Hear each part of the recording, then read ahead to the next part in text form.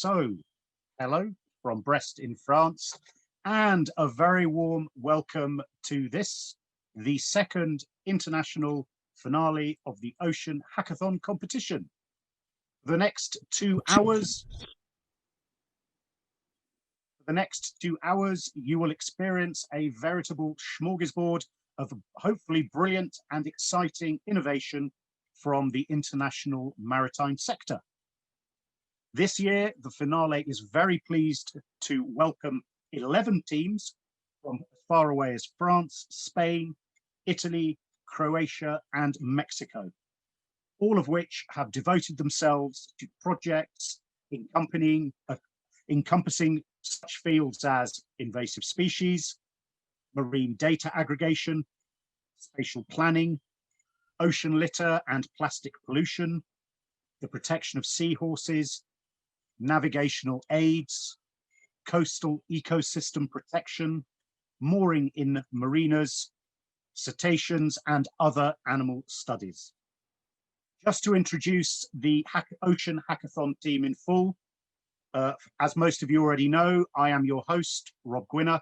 I am British from near London, and I work at an English school here in Brest. Your producer today is Julienne, with Juliet and Alice overseeing the all-important voting process later. And as I've already said, if you have any technical problems, please contact Juliet or Alice in a chat pod. And we also have Jeremy, who is responsible for managing our social media and the chat functions.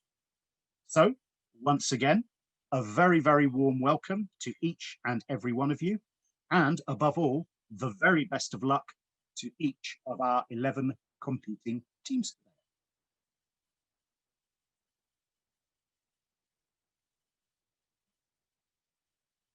Okay, so before we begin, I would just like to remind you all that this is a fully interactive event today. So you are encouraged both to comment and to ask questions via the chat pod. Obviously, given the number of people involved in this event today, you won't, I'm afraid, all be able to ask questions verbally. So should you have questions or comments, absolutely fantastic, but please use the chat pod, okay? In addition to the pictures of our 11 teams, you will also be able to participate in a couple of fun activities during the event, including a rather challenging quiz that will test your knowledge of the countries involved in this competition today, okay? So a couple of fun activities to break up the afternoon as well.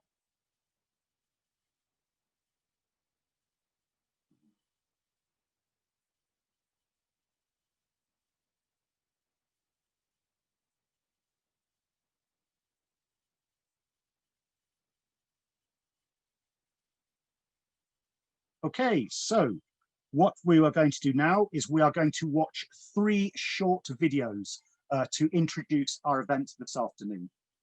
As it says on the screen, the first is brought to us by Michel Gauthier, President of Technopole Brest-Ivoise and Vice President of Brest Metropole in charge of economy. So please sit back and enjoy the video. Bonjour à toutes et à tous. Je m'exprime aujourd'hui devant vous en tant que président du Technopole de Brest, dont la mission première est d'accompagner la création et le développement d'entreprises innovantes à la pointe de la Bretagne. Le Technopole de Brest anime également la communauté que nous appelons du campus mondial de la mer, puisque Brest est la capitale française des sciences et technologies marines. Cette communauté rassemble des acteurs, qu'ils soient économiques ou institutionnels, de la pointe de la Bretagne, avec comme point commun, bien sûr, la mer. Cette communauté se veut connectée au monde, à ses pairs, à travers une palette d'actions telles que Ocean Hackathon. Aujourd'hui, c'est la 2e fois qu'une grande finale de Ocean Hackathon est organisée. La première avait eu lieu à Brest, à Océanopolis, en décembre 2019, dans le cadre de l'Assemblée du Campus mondial de la mer, en présence de la Commission européenne. Il y avait pitché les lauréats des 8 villes participant à l'édition numéro 4 de Ocean Hackathon. Le podium avait été le suivant: premier Mexico, deuxième Dinan et Brest troisième. Qu'en sera-t-il cette année? 11 éditions locales ont eu lieu en simultané du 9 au 11 octobre en France, en Espagne, en Italie, en Croatie et au Mexique. Le contexte sanitaire a certes eu des conséquences regrettables. Certains territoires n'ont pas pu aller jusqu'au bout de l'aventure, mais a également permis à des équipiers de participer à distance grâce justement aux outils de travail à distance. Des équipiers en Normandie ont ainsi participé à l'édition de Brest, des équipiers de Grèce à celle d'Ancona, par exemple. Ocean Hackathon numéro 5 est un succès et les chiffres parlent d'eux-mêmes. Près de 600 participants, répartis en plus de 80 équipes et accompagnés par plus de 140 coachs. Comme j'ai pu le faire à Brest il y a quelques semaines, je réitère mes remerciements à l'ensemble des coachs et des fournisseurs de données, sans lesquels Ocean Hackathon ne serait qu'un événement sans substance. En ce jour de grande finale, je tiens à remercier plus particulièrement les référents des villes et leurs équipes. Vous avez désigné une équipe lauréate par ville. Dans quelques instants, chacune va présenter en 5 minutes son projet devant un jury composé des ambassadeurs de Ocean Hackathon, que je remercie chaleureusement pour leur soutien inconditionnel. Et je les cite: le CHOM, l'Ifremer, Météo France, l'Office français pour la biodiversité, le village Baïséa, Crédit Agricole, le cluster maritime français, ainsi que le CEDRE. La nouveauté cette année est qu'aux ambassadeurs de jury s'ajoute la présence d'un représentant de chaque ville. Je tiens à vous remercier en précisant que vous ne pourrez bien sûr pas voter pour votre ville. Je ne pouvais conclure sans rappeler que, en tant que président du Technopôle brest-iroise, notre structure est également là pour accompagner les projets de son territoire. Ocean Hackathon n'est pas un aboutissement, c'est bien souvent une étape, et je ne peux que vous inviter à solliciter ensuite, chez vous, les acteurs de vos territoires respectifs pour vous aider à faire mûrir vos idées. Merci à vous et bonne finale. Okay, very good. Next, we have a film featuring Laurence Fortin, who is Vice President in charge of Territorial Planning and Economy for the Brittany region. Bonjour, ravi d'être ici aujourd'hui pour la finale d'Ocean Hackathon, qui est une action portée par le campus mondial de la mer, lui-même soutenu par Brest Métropole et la région Bretagne. La Bretagne est bien représentée car en plus de Brest où il est né, Ocean Hackathon, s'ajoute Dinan en 2019 puis Saint-Malo cette année. Ocean Hackathon est en totale phase avec nos valeurs puisqu'il rassemble des professionnels, des étudiants sensibles aux questions maritimes, ce qui est en parfaite cohérence avec nos enjeux de développement économique et de formation pour bâtir un avenir durable de notre région maritime. Et si on n'imagine pas la Bretagne sans la mer, il semble en être de même dans les 9 autres villes qui participent cette année à Ocean Hackathon. Ocean Hackathon est donc un outil de coopération nationale et internationale. Ceci amène à un second enjeu qui nous est cher, l'ouverture à l'autre à travers les coopérations avec d'autres territoires en France, en Europe et dans le monde. En 2019, Ocean Hackathon déployait ses ailes en France et au Mexique. En 2020 s'ajoute cette communauté autour de la mer et du numérique, l'Espagne, l'Italie et la Croatie. Alors bonne chance aux lauréats de chaque ville. Je suis certaine que chaque équipe va brillamment présenter son projet et au plaisir bien sûr de pouvoir vous retrouver en présentiel en Bretagne dès l'année prochaine. And finally, we will now see a video from Annick Girardin, the French Minister of. Bonjour à tous, je suis très heureuse de vous retrouver. Le 9 octobre dernier, je m'exprimais devant vous, à distance bien sûr, Covid oblige, lors du lancement officiel de l'Ocean Hackathon 2020. Aujourd'hui, c'est la grande finale et je tenais d'ores et déjà à vous faire part de mon enthousiasme. Enthousiasme pour votre créativité, enthousiasme pour la qualité de vos projets, enthousiasme aussi pour les défis que vous relevez qui apportent tous des solutions créatives pour résoudre des problèmes posés aux différents usages de la mer. Je tenais bien entendu à féliciter les 11 projets finalistes. Ils ont franchi une première étape compétitive, bravo. Chacun va maintenant être présenté au jury, un exercice difficile. Il s'agit d'être rapide, clair et convaincant. Le plus important est que vous ayez confiance en votre projet. Cela va se ressentir à l'oral et vous marquerez à coup sûr de précieux points pour être choisi. J'ai pris connaissance de chacun des projets. Ils m'intéressent tous parce qu'ils s'inscrivent dans le concret et traitent des thématiques qui me sont chères. La connaissance et la préservation de la biodiversité, le traitement des déchets, la gestion des usages et des usagers de la mer et la croissance bleue, bien sûr. Le jury va vous observer avec attention pour vous départager. Mais sachez qu'à mes yeux, vous avez tous déjà fait la preuve de votre engagement pour l'innovation et la mer. Sachez aussi qu'un prix coup de cœur du ministère de la Mer sera attribué cette année et que nous allons œuvrer avec les organisateurs et les ambassadeurs de l'Océan Hackathon pour développer sur un temps plus lent l'accompagnement des projets les plus prometteurs. Je peux déjà vous annoncer que le ministère de la Mer soutiendra la prochaine édition du concours parce que le rayonnement maritime passe nécessairement par l'innovation et que celle-ci est un processus continu dans le temps. Alors, bonne chance à toutes et à tous. Okay. Thank you very much for those 3 excellent videos. So, to continue, I will now give a short explanation of exactly how today's competition will work. As I've already mentioned, we have a total of 11 teams, all of them chosen to represent their cities today, which is in itself a huge achievement. So very well done to all 11 teams. They will pitch their projects in 3 separate groups in an order that has been chosen before this event quite randomly. As you can see on the map, we have from France, teams from Brest, Saint-Malo, La Rochelle, Deshaies, Toulon, and Boulogne-sur-Mer.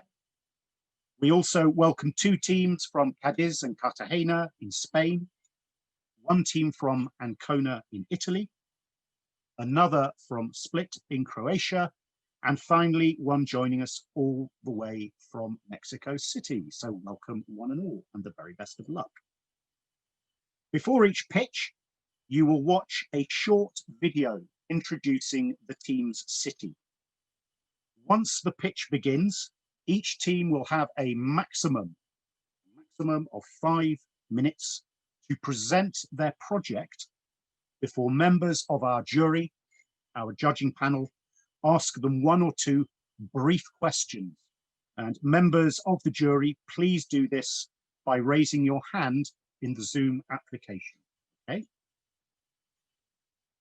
Our judging panel consists of 8 Ocean Hackathon ambassadors and a representative from the city of each of our 11 participants today. In addition, we are particularly proud this year to welcome the French Ministry of the Sea. Each member of the panel will observe each pitch very carefully and award them points based on a system that I will explain later in the competition. I would just remind jurors that obviously there are time constraints to this event, so you can vote throughout the process, okay? You don't need to wait until the end, okay? So let's get the competition started, okay?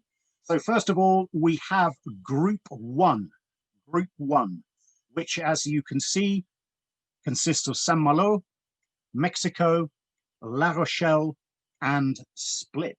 So first of all, we will have Saint-Malo's video.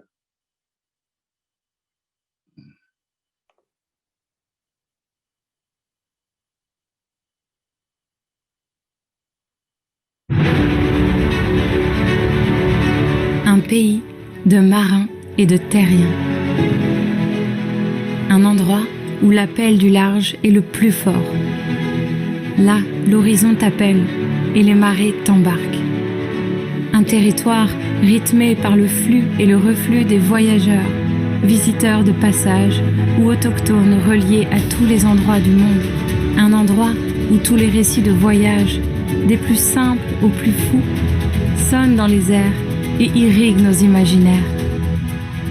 Dans ces paysages tout le temps mouvants, la terre et la mer demeurent sauvages et abondantes. Un pays de cœur où l'aventure humaine bat fort, très fort. Un pays d'inspiration pour créer et vivre pleinement le monde que nous voulons.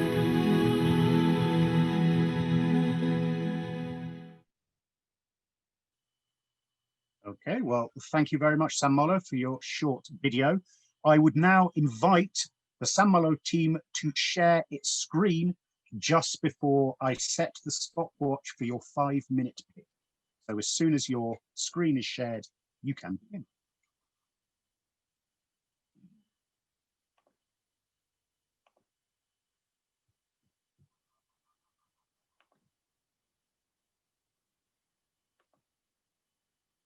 Is it okay for you? Yes, I think everyone can see. I certainly can. Please begin. Yes, thanks a lot. Okay. Hi, everybody. I'm Miguel from San Malo in France, and I'm happy to introduce to you the Flipper project, the respectful wedding between wild nature and new technology, when dolphin meets drone. For beginning, of course, the team. Without this guy, this brilliant guy, no project. Thanks a lot for your advice, guys. Why dolphin and drones? Because I work for an environmental NGO based in Brittany, and we study dolphins since 17 years. We already collect data from boats with camera to understand them more, and we use a drone too when the sea and the weather is quiet. For this hackathon challenge, we make the crazy bet to create a new way of data collection to complete our studies. I record a lot of video drones since 3 years, and I thought that we can use this gold mine for science. But there is a big but. It's not easy. We met a lot of difficulties and problems. First of all, the movement of the drone and the movement of the camera during the shoot. It's nearly impossible to analyze them, and it has too much development for creating data. Second one, my videos are too different to create a unique tool to use them for data creation. We were in the dead end. All of my hopes flew away, and we need to start to zero, and we did it. We need a new shooting process. We began by finding the best condition for capture, hovering flight, and camera always down. After we calculate very important things for creating data, the resolution. We made new shooting, and we created our first scientific data from drone. I was so happy it works. For what kind of data? We take some pictures and we mix with the drone data. And for example, with this kind of process, we can know how many dolphins are present. We can know the size of every dolphin. We can know the location of the dolphins. And with 2 consecutive photos, we can observe the direction of the dolphins and know even the speed. It's only the beginning of this new process. The perspectives are huge. This is the first step, the first victory. We have proven that it works manually, but the road is still long. Now we need to build a software tool to automate this data creation. For this, we need a universal open source solution who works with all of drones. For that, we need people with skills, volunteers, students, research workers, etc. The purpose, every person who are motivated can use this free tool to offer new data for the scientific community. More we know dolphins or wild animals, more we can protect them. And for creating this software, we will search fund for research and development, and we use event and social network for communication. To sum up, Now we already have knowledge, experience, and methodology. We try a lot of different tests and we know that it works, but it's just in theory with manual skills and manual try. Now, in the future, tomorrow, we need people brain power. We need money, a few. It depends if we find volunteer or if we need a professional people who works on this project. We need times to. There is a lot of perspective, very huge perspective with this project, but we need new people for helping us. Now you know exactly what is the height potential project. It's time for you to join us. Thanks a lot for your watching. Thank you very much indeed, Sam Malo. Do any members of the jury have any questions for the Sam Malo team, please? If you do, you can raise your hands in the Zoom application and put them in the chat pod. Any questions at all for Gail?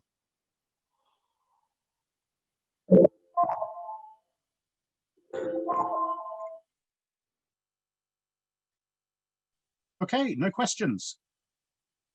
Okay, well, thank you very much. Well done, Sam Malo. Okay, we will now move on to Mexico. So if we could have, we will have Mexico's video first, please. Of course. Can I start sharing the screen?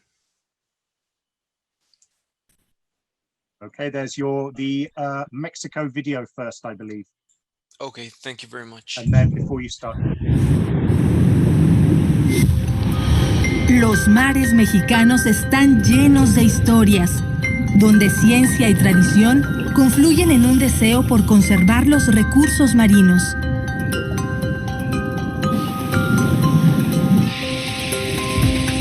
Historias de la diversidad y riqueza de los sistemas arrecifales que representan la identidad y la fuente de vida de miles de personas.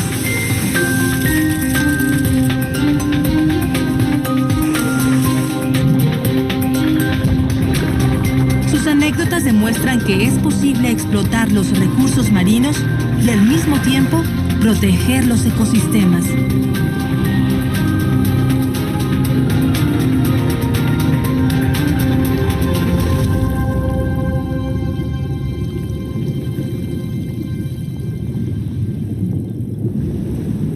Conócelas en www.maresmexicanos.com.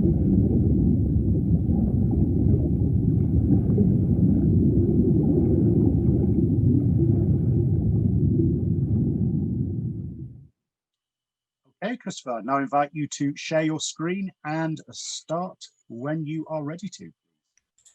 Thank you very much.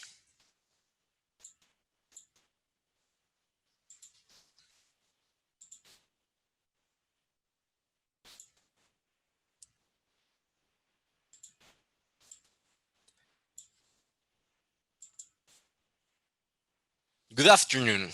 We are Carbono No, a Mexican multidisciplinary team who likes to start by discussing some facts about our home, the Earth. Have you ever thought about how global warming affects us every day? Carbon dioxide is one of the main greenhouse gases that contributes to the global warming. We know that the annual increase rate of CO2 in the atmosphere is around 100 times higher than in previous years. That is why the UN 2030 agenda contemplates reducing greenhouse gas emissions by 45%. Now, let me ask you some questions. How much would you be willing to pay to decrease it? And what if I told you that seagrasses can be our currency? These marine flowering plants are our heroes. Seagrasses, along with other coastal ecosystems, are responsible for fixing carbon in the ocean, known as blue carbon. Although they constitute less than 0.2% of the ocean sediments, they can sequester up to 18% of the buried in ocean sediments. In fact, they are ecosystems up to 35 times more efficient than forests. And annually, they fix the equivalent to 3 million African elephants. Why aren't they used to certify emission reductions? Seagrass beds have been suffering severe degradation, which also suggests that they are not receiving enough attention. In order to make the seagrasses noticeable and take action for its conservation, we took the biosphere reserve Los Petenes Campeche as an area of study. This area covers 282,000 hectares and is considered the biggest seagrasses reserve in Mexico. By using remote sensing data, we coded an automated process that estimates the carbon biomass to further monetizing using carbon offsets. One carbon offset represents 1 ton of CO2 that was not released into the atmosphere. Quite fantastic, right? Let's give you a more detailed explanation of the process. First, we got the input data, satellite imagery from Landsat 8 and seagrasses present points. From here, we did an exploratory data analysis, atmospheric and water column corrections. Then we carried out 2 complementary processes. In the first process, our role was seagrass coverage detection. We did a principal component analysis to reduce the dimensionality of our data. Using K-means method, we detected the pixels that have similar values to the ones with seagrasses presence. Then, after a pre-processing, we fed the satellite imagery and the outputs of the previous step into a pre-trained convolutional neural network called UNIT to classify each pixel as a region of absence or presence. Using our results and based in specialized bibliography, we estimated the economical potential benefits based on carbon offsets. Additionally, we use maximum entropy modeling based on the corrected satellite images to estimate the area that seagrasses could potentially cover. This potential distribution could help decision makers to design accurate conservation strategies. Testing the model, the loss of coverage becomes evident. Between 2014 and 2020, we lost around 18% of the seagrass coverage. This loss represents a social cost of carbon of nearly $190,000. Even so, if the current data was registered to certify reductions, its value could be around $102 million. Furthermore, being the first project to certify emission reductions with blue carbon in Latin America will have a great social, economic, and ecological importance, helping more than 300 species. People from 11 Mayan communities will be benefited through the derivable social programs, and at least 2 of the Sustainable Development Goals would be addressed. The best part of this model is that it could be implemented for other seagrasses meadows around the world, fostering international cooperation for the protection of coastal ecosystems. Our further steps are, first, contributing to the creation of baseline for estimation standards so that blue carbon projects can enter to the Latin America market.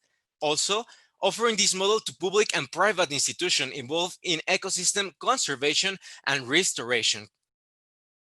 We are conformed by a biology and research scale, earth science skills, and tech and development implementation. We are the Carbono No team. Will you join us? Thank you everyone for your attention. Merci beaucoup y gracias.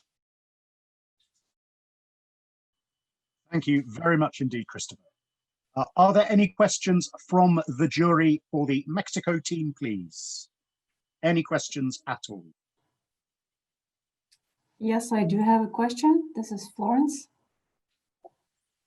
Please. Thank you for your presentation. I was wondering what you exactly managed to do during the hackathon, since your presentation shows a fairly complete strategy to manage the data, and it looks like it's something that maybe your team does on a regular basis in the lab. So what exactly did you do during the hackathon, please? It was really difficult to develop the 48 hours hackathon. Actually, no one of us really met in real life. Some of us belong for the same university, although we never met.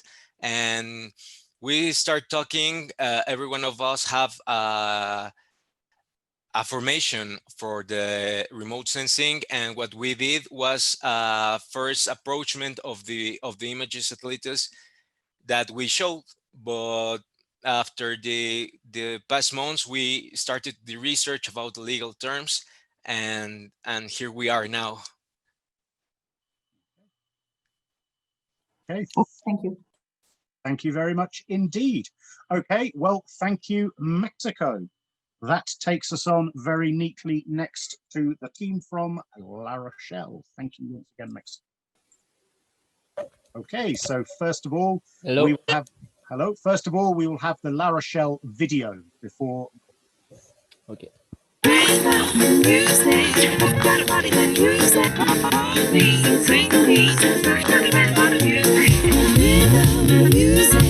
you got a body, then use it. Hold me, swing me,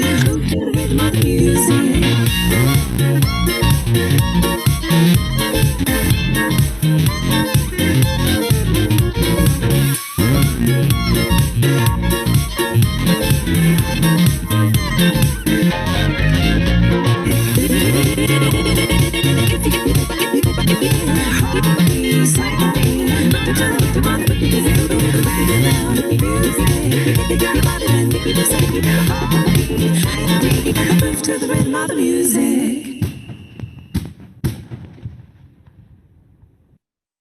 Wow, I think I need to go to La Rochelle. Thank you very much indeed for that. For sure you do. Okay, so if you would like to share your screen, you Yeah. can begin your pitch. Yes, I managed to. It will be something that. Okay.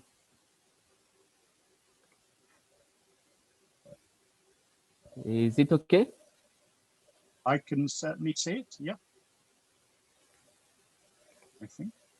Okay, you see the presentation page, right? Okay. Okay, so hello everybody. Let me start by presenting three peoples, three sea lovers who share the same passion for the ocean. First, there is Damian. Damian lives in La Rochelle. He is passionate about fishing, and he is going out to the sea with his teeny boat almost every weekend. There is also Jean. Jean is a spearfisher from Camaret in Crozon. He also has a boat and uses it at least twice a month to find new places, to dive, or maybe to explore the richness of the Brittany seabed. I would like to finish with Clarisse. Clarisse is a passionate sailor.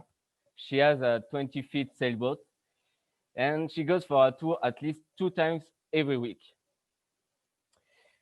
More than sharing a passion for the ocean, these three people share something else. They share the need to know the depths under their boat at any time.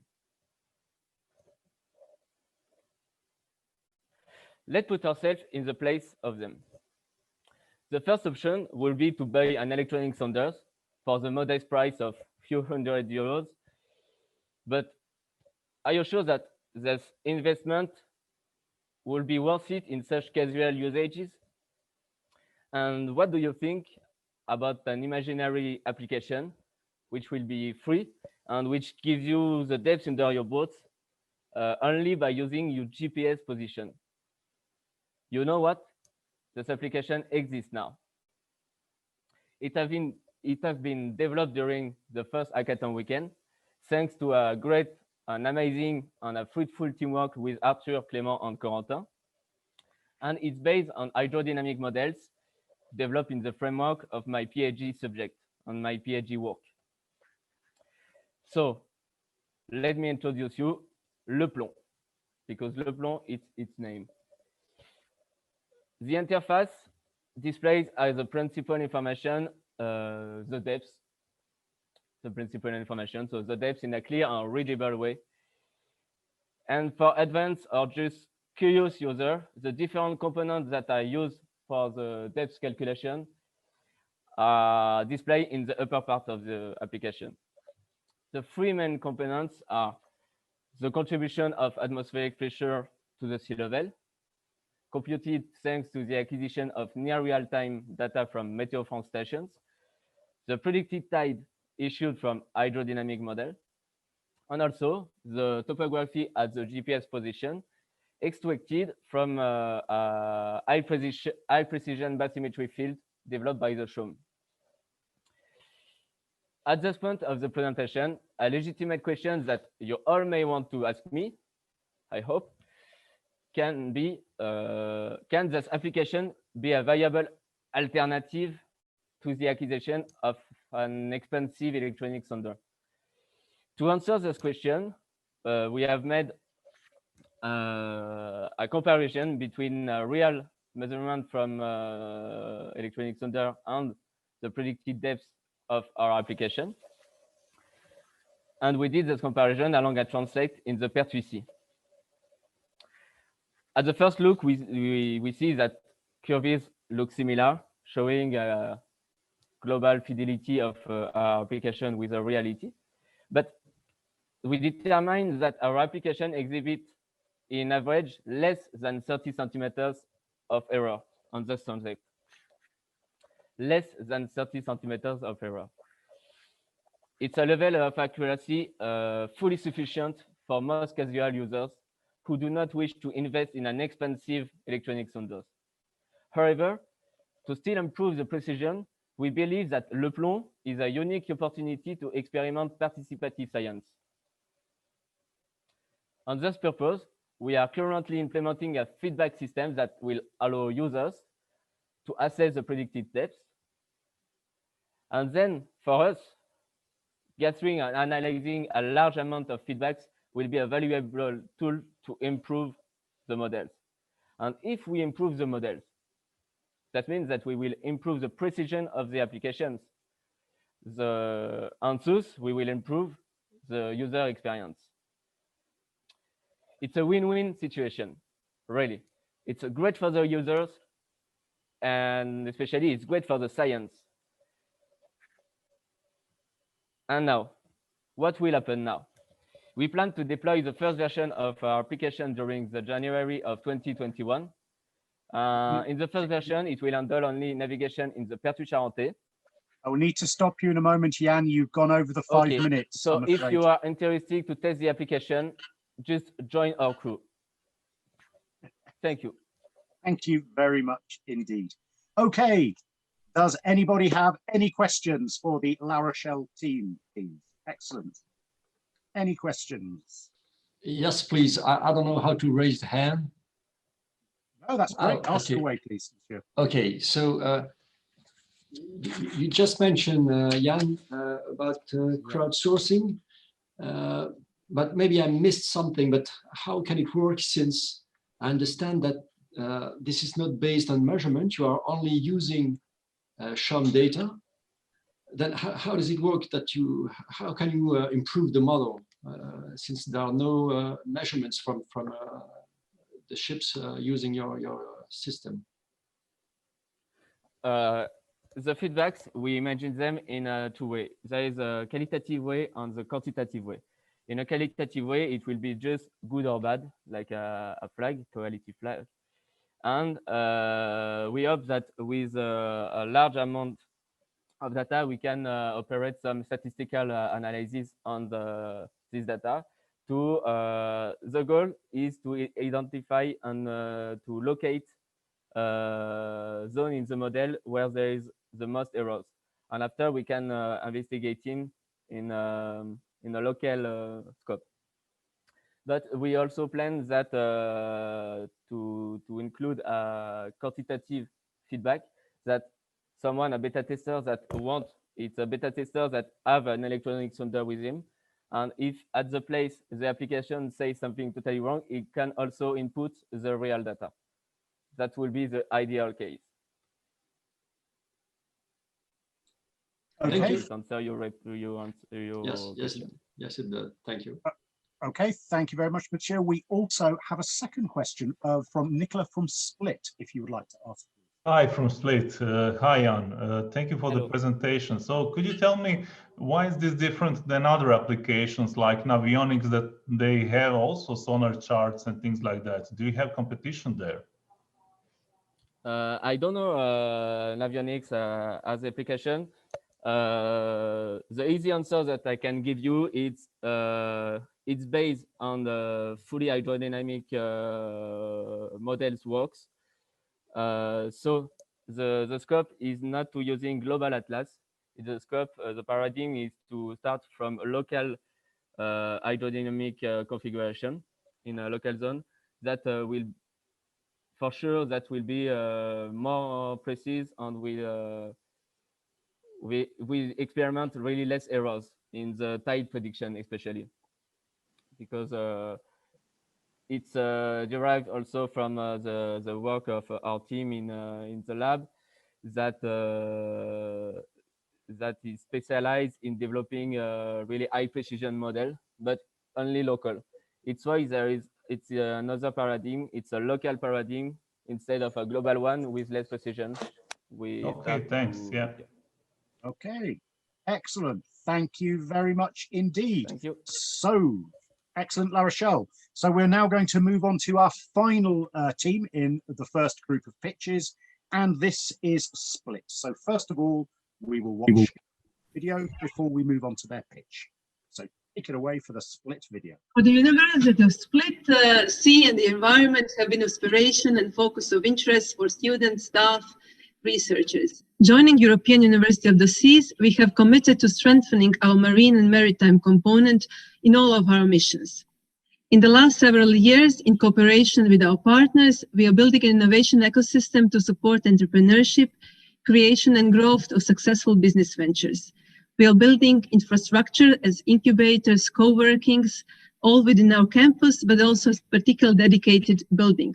In addition, we are organizing different events, such as hackathons, which are directed towards solving challenges in our society and environment. And Ocean Hackathon is precisely one important example of co-creation that we'll continue building upon. With our expertise in digital technologies, we believe that we can be an engine for digital transformation of our region. And together with our partners, we are forming Digital Innovation Hub, which is focused on blue-green sector. In addition, and finally, within Sea Alliance, we will form Observatory for Sustainable Blue Growth, which will be an important component of our Alliance innovation ecosystem. Okay, so Split, if you would like to share your screen, begin your pitch, please. Hello, everyone. Do you see my screen? I can certainly see it. Yeah. Okay, then let's go. A drone was lifted up sky high above the marina industry. Internal inspection discovered more than 50% of illegal docking spots. But this is not the only issue which is like a guillotine hanging over the people in marina industry. After talking to more than 50 marina owners, port managers, and harbor masters, we discovered that they use almost medieval methods to fight systematic issues which burden the whole industry. Every stakeholder is negatively affected by outdated processes, by ecological and sustainability issues, time waste, and so on. So you may wonder, what are we going to do about it? DocMe will implement modernized solutions that enable skippers booking of a perfect spot for their vessel. This is finally possible only through our advanced online system, which covers the whole marina 24/7 and live. With the application of our hardware and software, every unused dock will be implemented into the working economy of the marina. When DocMe system is fully set up and running, we can learn from many different data sources. Based on that, we will build machine learning models which will give us predictions and insights into the future. Propelled by the Ocean Hackathon, we started to build our ecologically aware system from scratch. Simplified, it works like this. Firstly, skipper books a perfect spot with DocMe web or application. Then the spot reservation is received at the marina system. Finally, DocMe IoT device blocks the marina spots which awaits the skipper. Thus, we greatly reduced both diesel consumption and exhaust gases in the overall industry. DocMe also offers sustainability across the industry by removing high pressure points from overused geographical positions with too dense traffic. Furthermore, we boost the era of smart cities by tracking demand for broad spectrum of services which follow high number of boat arrivals on any location. For example, local utility companies such as waste management, food and drinks delivery, boat repair services, whole marina ecosystem benefits from our artificial intelligence, which gives timely and accurate predictions. Here you can see the previous slide in action. A skipper scrolls through our app and books a dock. Then, on our IoT device, you can see how the light changes from green to red. In the end, the spot gets reserved at the Marina Live map. One of the data sources we also used was sea level from IndiGeo portal. On the screen, you can see a working machine learning model which predicts future sea level for the October of 2021. In the future, we will combine this data together with our information about reservations, sea traffic density, and weather conditions. This data will be transformed into knowledge through AI, which will both empower marinas and greatly improve skipper experience. DocMe's system generates revenues from skippers who will pay a symbolic fee. From the 28 billion euro nautical tourism industry only in EU, we will accomplish partnership relationships with marinas, restaurants, rental agencies, and so on. As a CEO of Sailboat RC, I will use all of our expertise and network generated from 4 successful years behind us to enhance the growth of DocMe platform in Croatia, on French Riviera, or anywhere else in the world. There are 7 team members, each specialized in a different area. We combine both experience from lifelong naval industry experts such as Vonko to motivation from hardware, software, and design specialists from the University of Split. Thomas here with me also is our artificial intelligence project leader who draws the experience from big French IT corporation called Atos. So, next time, while you are on your vacation, sailing away from a beautiful port of Split or Saint-Tropez, remember that DocMe is a big part of your wonderful experience. Thank you. Merci beaucoup. Thank you very much indeed, Split. Okay, does anybody have any questions for the guys, please?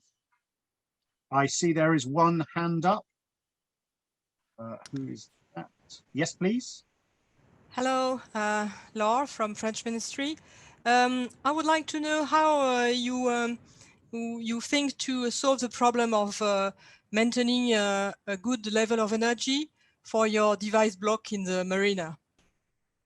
Thank you very much for your question. Well, we are thinking about ecology a lot, so we are implementing simple solar panels, which will be flexible, and they will draw up energy. Of course, our hardware system will use LoRa protocol, which is reducing energy consumption while it operates. So our initial estimates are that we are far away from currently, let's say, benchmark in the industry, which is 1 year for the device of the, let's say, how much battery it lasts. Our battery will last around 5 years. So basically, we will draw energy from the sun with the solar panels and reduce the consumption of our devices with our advanced hardware. Okay. If there are no more questions for the guys, thank you very much indeed. That concludes group 1. So our first 4 pitches. Well done, everybody. So we will now have a short interlude before we move on to group 2, during which we will invite you all to take part in our participatory activity called Where Are You in the World Today? Reflecting the truly international flavor of this event, please open the link that Juliet is putting in the chat pod, okay, and give your name, city, and country, okay? So we can see where you are all from. So on the board now, you have a very simple form, okay, to give your first name, your city, and your country, okay? And then the results will be revealed after we have concluded the pitches of group 2. So we will be able to see exactly where everybody is from. So please do take part in this event. Okay, be interesting to see where everyone is from today.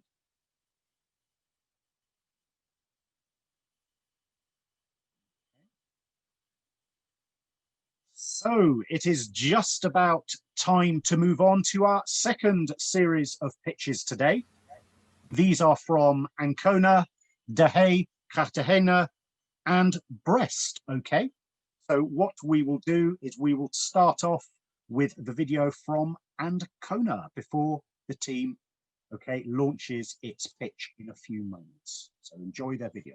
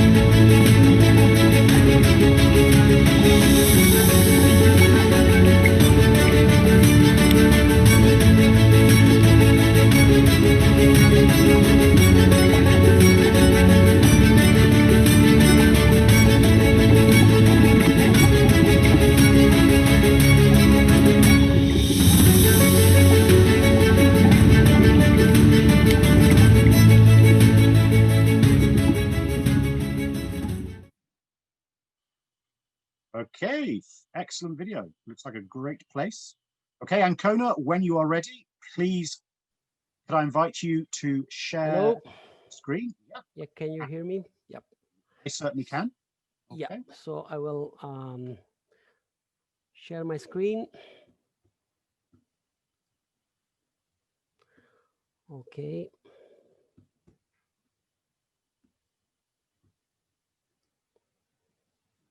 Okay, so I'm ready to start. So good evening, everybody. My name is Ernesto Azzurro, speaking from Ancona, Italy, and the title of this challenge is How Do Invasive Species Spread?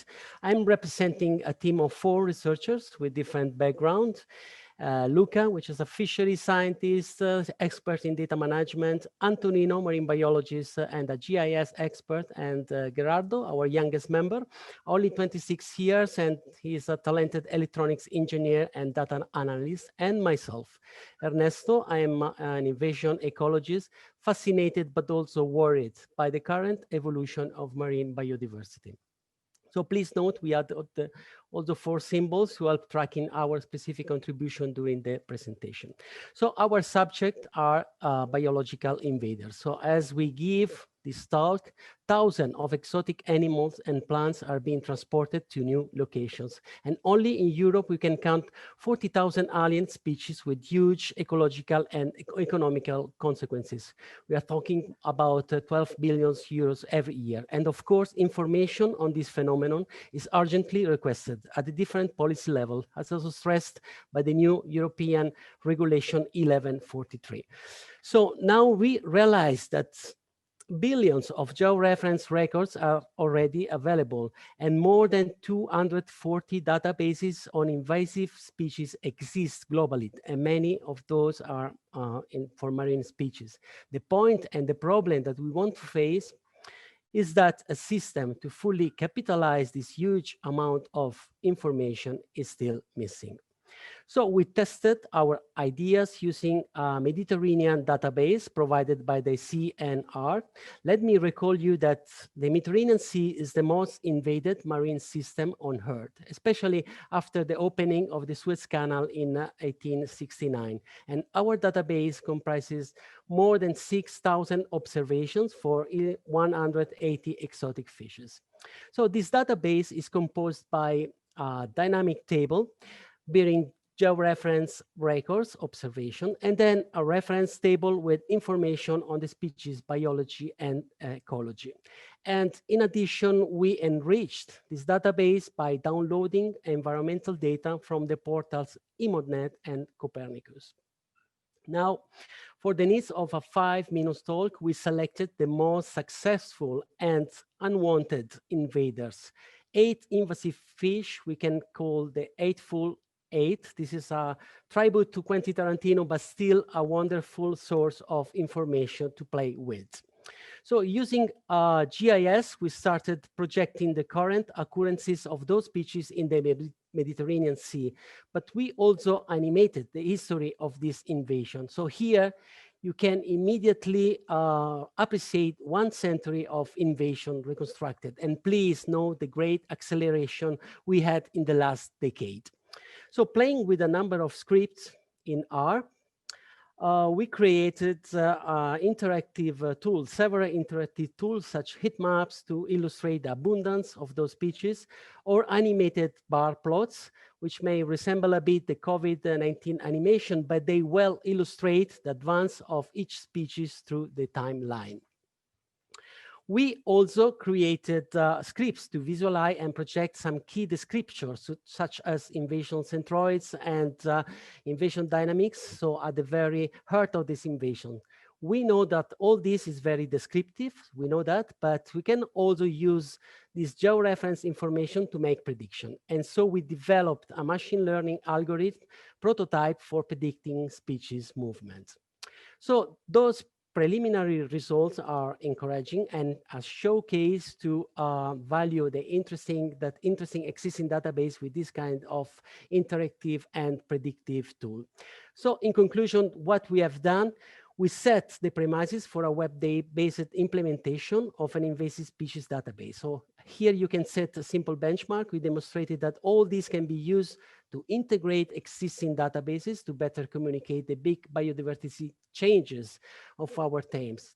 Today, this is so much requested by environmental agencies, but we also made prediction. Prediction would immediately serve the needs of environmental managers, decision makers, and also marine protected areas, specifically in relation to early warning, risk assessment, spatial planning, providing information that is increasingly requested to face the biodiversity crisis as suggested by the same Convention of Biological Diversity. So I've concluded. Here are our faces. Thank you very much for your attention.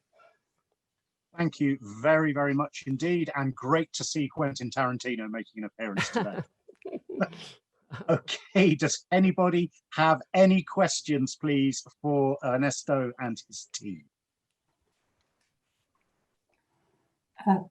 This is Florence again. It was a great presentation.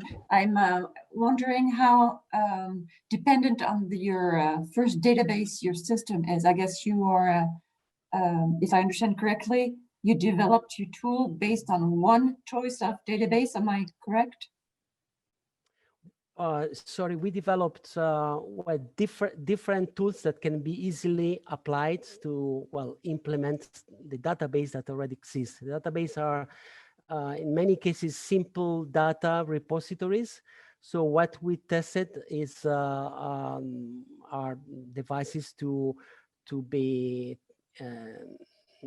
considered together with those databases.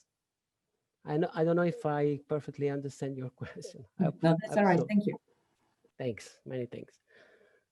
Okay, I think we did have a question from Ben Lesage, the attendees, but he can't actually speak at the moment, apparently.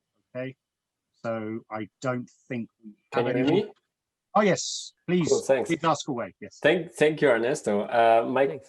Yeah, so it's Ben from the Sustainable Ocean Alliance, and I was wondering if you are able to also add other sources of data to your database. I'm thinking, for example, like fisherman or apps, where people could also contribute to the tagging of invasive species. Yes, of course, we can have different sources of data. Of course, we can digest everything is georeferenced in the database.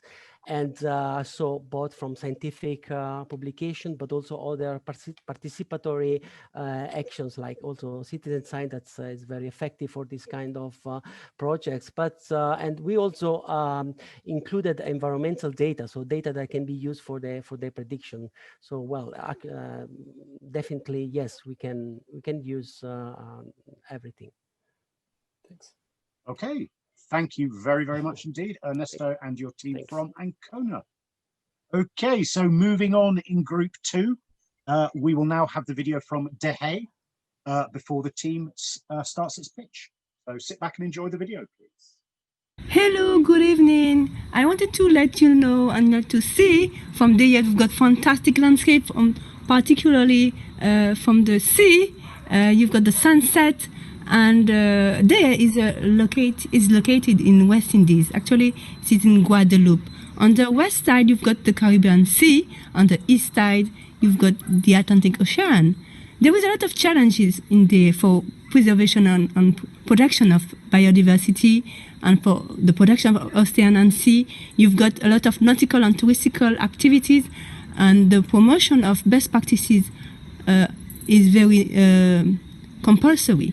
You've got also a lot of reserve and protected areas, such as Agua Sanctuary, which is a marine mammal protected area from which you can have access from there, airborne. So see you there. Thanks for listening and take care. Thank you. A great place. Okay, if you are ready to share your screenplay, please, Deshaies, we will start your pitch. Yes, here. Okay. Okay. So, hello everyone. My name is Sacha Jean-François. I live in Guadeloupe, and I come here to represent my city, my association, and my team, and our project Label 3D. Here in West Indies, we are a high biodiversity spot. On our water are true nurseries for sea turtles, whales, dolphins, and other cetaceans. The sea that borders the city of Deshaies is a marine sanctuary that represents an essential link in the ecological chain. We already know that much of the plastic waste we consume on land is found on our oceans, thus threatening all marine species, including seabirds. Our project Label and these millions of tons of plastic that destroy our precious ecosystems find themselves there because we mistakenly think that they no longer have any value and they are thrown away instead recycled. Our project Label 3D allows citizens and businesses to be actively engaged in an eco-citizen approach of an ecological transition. We propose a solution that will make it possible to transform plastic waste into a raw material. Label 3D is a solution to turn plastic waste into a 3D printer wire. By offering this opportunity, it helps to prevent plastic waste from ending up in our oceans. First, we will collect the waste at the source. For businesses, we offer them to invest in our project and to be ranked according to their investment. In exchange, the ranking will be published on a media platform that's called Sirena, which will guarantee them an excellent communication to an increasingly engaged population. We want to recover all their plastic waste on the site to make this transition easier. And for the population, we want to make available collection points and to encourage them to participate on a daily basis. We will offer them a discount voucher at our project partners. To do so, they will have to register on this platform that's called Sirena. And all this plastic will be turned into 3D printer wire. At the same time, we want to develop an interactive platform, the platform Sirena, in form of a mobile application. It must allow anyone interested to have access to all the information concerning blue growth and marine biodiversity. We want also have real-time information on the state of our beaches because we have here a lot of problem of algae.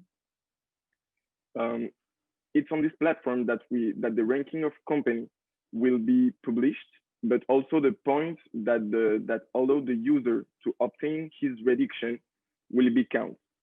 The user will be able to report wild dumping with a GPS location to organize pickup in the area.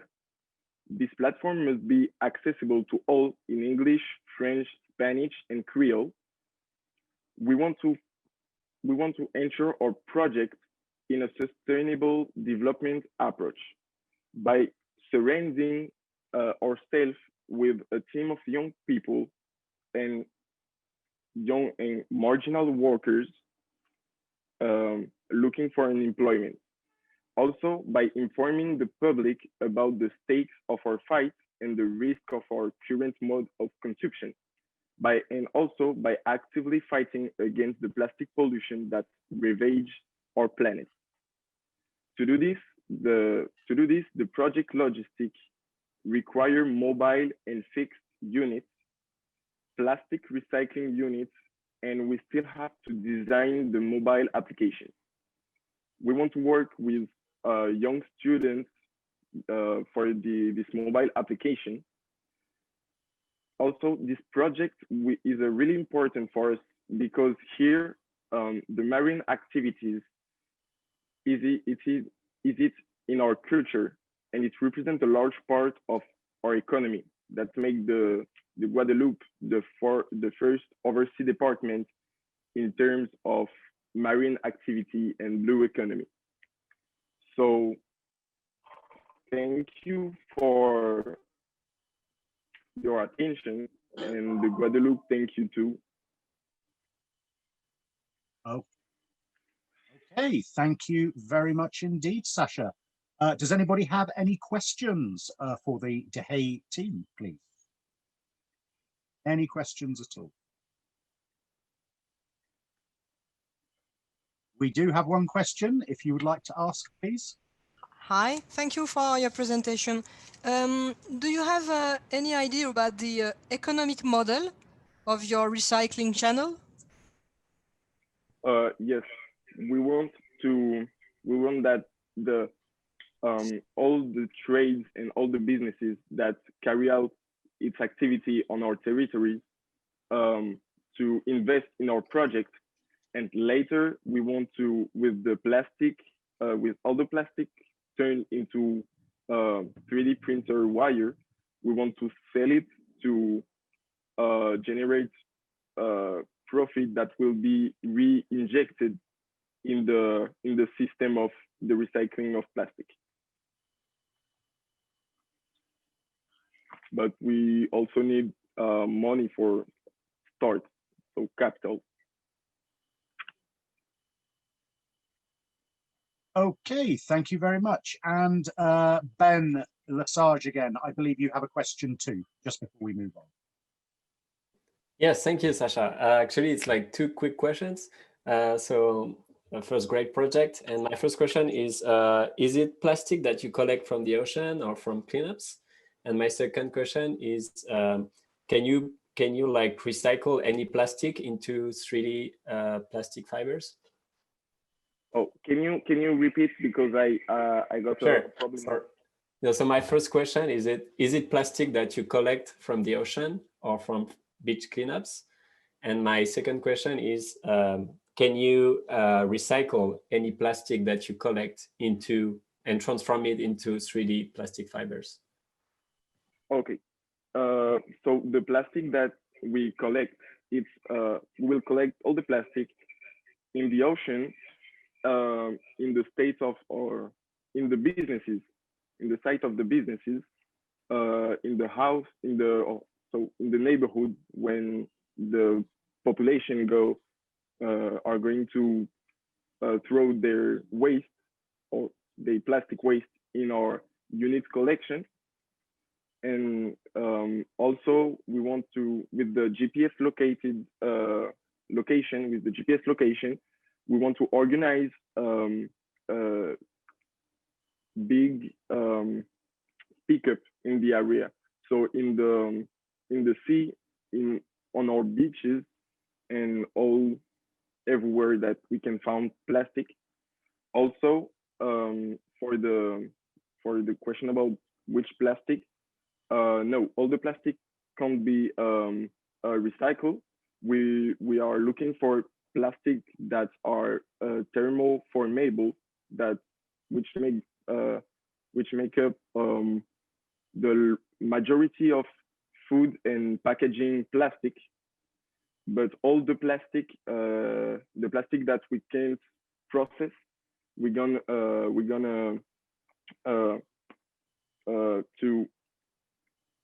going to give this plastic to a certified organization that have the capacity to process this material. Okay, excellent. I will just need to stop us there so that we don't overrun. Thank you very much indeed, the team from Deshaies, Sasha and your team. Now we are going to move on to Cartagena. Okay, so we will have the video from Cartagena first.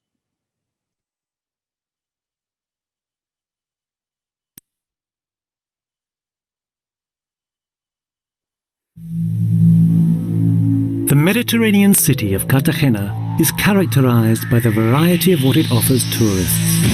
The visitor can start with a trip through time, contemplating the numerous archaeological remains of the city, then continue by dipping into the warm waters of the Mar Menor, where you can do nautical sports all year round, or alternatively, enjoy the Mediterranean. Participate in a myriad of local fiestas and music festivals, or submerge yourself in nature, selecting some of the many trekking routes along the coast or in the interior. And for every taste is, as we have seen, the variety of what's on offer to tourists in this city. A city prepared to receive you with its arms open and get you to enjoy its patrimony, its culture, its sun and its sea, its natural surroundings. A place in which to have fun, to learn, to relax, to enjoy its gastronomy. Many Cartagenas await you in Cartagena all year round.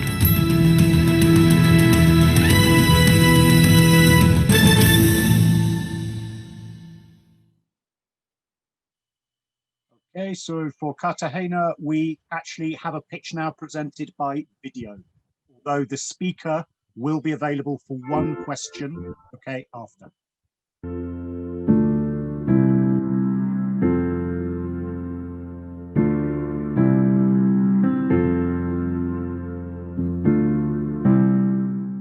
Hi all, my name is Oli.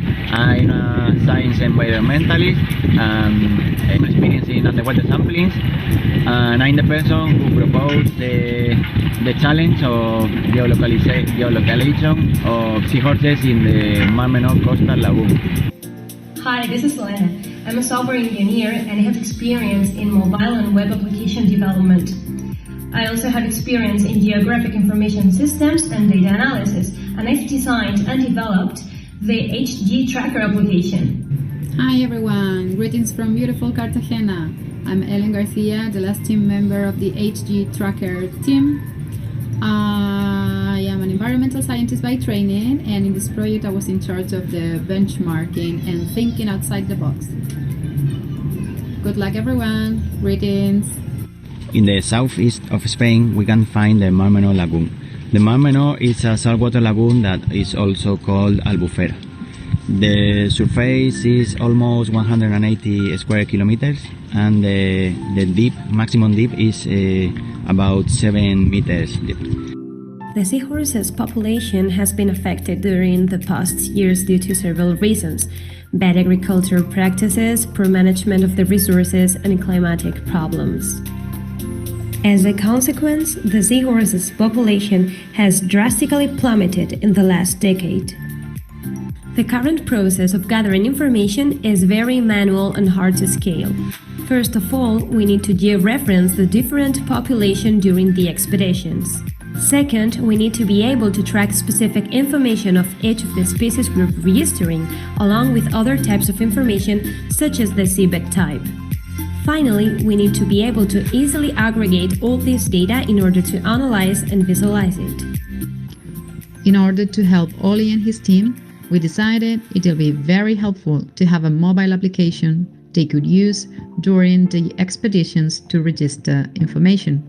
Therefore, we designed and developed the first prototype of HG Tracker, a simple mobile application that, using the smartphone navigator, is able to easily register seahorse sightings. We chose to use a common Android phone, protected with a simple waterproof case. The application is a progressive web app that makes use of mobile APIs that can be used in any operating system. It is connected to a PostgreSQL database through Carto, an open source GIS tool where we are using a free account. This allows us to make HTTP requests using the SQL API to insert rows directly in the database. It uses PostGIS, a PostgreSQL extension that performs geospatial operations. In this second round, we thought the mobile phone could be attached to a surface buoy. This will register the position, latitude and longitude in program time intervals. At the end of the expedition, each diver will fill the information they have in their boards through the application. Using a SQL query, we join positions and sighting tables, and we retrieve the seahorse's exact location. Once we have the data, we could use it in many different ways, and we decided to create a dashboard with a map visualization. The key features of our solution are: it makes it easier gathering information, the application can be used in any device, and it's an open source solution that can be applied in any transect expedition. The source of the application is available in GitHub. Anyone can download it and use it. HG Tracker is a replicable, inexpensive, and handy solution for anyone doing research underwater. We used it for seahorses in El Mar Menor, but the app could be very easily adapted to the features of any species and ecosystem in the world.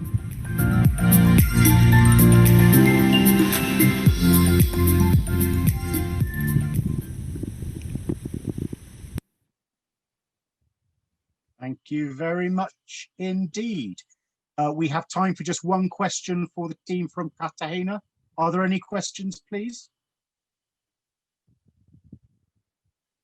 No questions? Okay. Doesn't look Rob, like... can I take the opportunity to wish everyone good luck?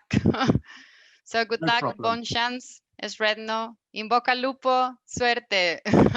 Greetings from Elena, Oli, and myself. Good afternoon, everyone. Thank you. Thank you very much, Elaine. Good, very good to meet you. Okay, so if there are no questions, we now move on to our local team from Brest. So if we have the Brest video first, before the guys do their pitch. Brest has always been linked to the sea. Based on our historical domains and on our natural marine resources, people here are working on marine biotechnology, on marine renewable energy, on maritime cyber security, on artificial intelligence, and so on. In total, 40,000 people are working in the marine science and technology field in the region of Brest. You find here renowned organizations such as the IFREMER, the French Hydrographic Center, created 300 years ago, or the CEDRE, a specialist in marine pollutions for 40 years now. You also find here large companies such as Thales, Naval Group, or XBlue, and startups emerge here because of this rich and diverse range of expertise. Brest economy is indeed closely linked to innovation, and through the coordination of Ocean Hackathon, we aim at supporting it, using this large quantity of data collected to support the emergence of new products and services. We are here to support your ideas and will be glad to welcome you very soon. Okay, so Brest team, please share your screen when you are ready and you can begin.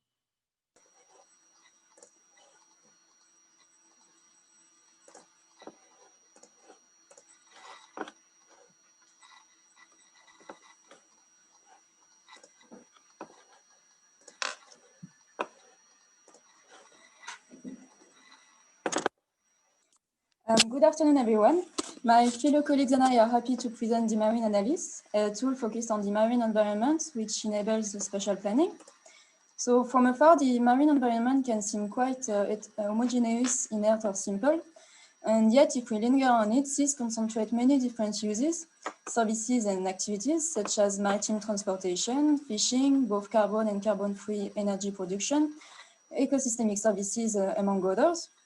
So these conflicts, these uses are likely to create conflicts as they might overlay in both space and time.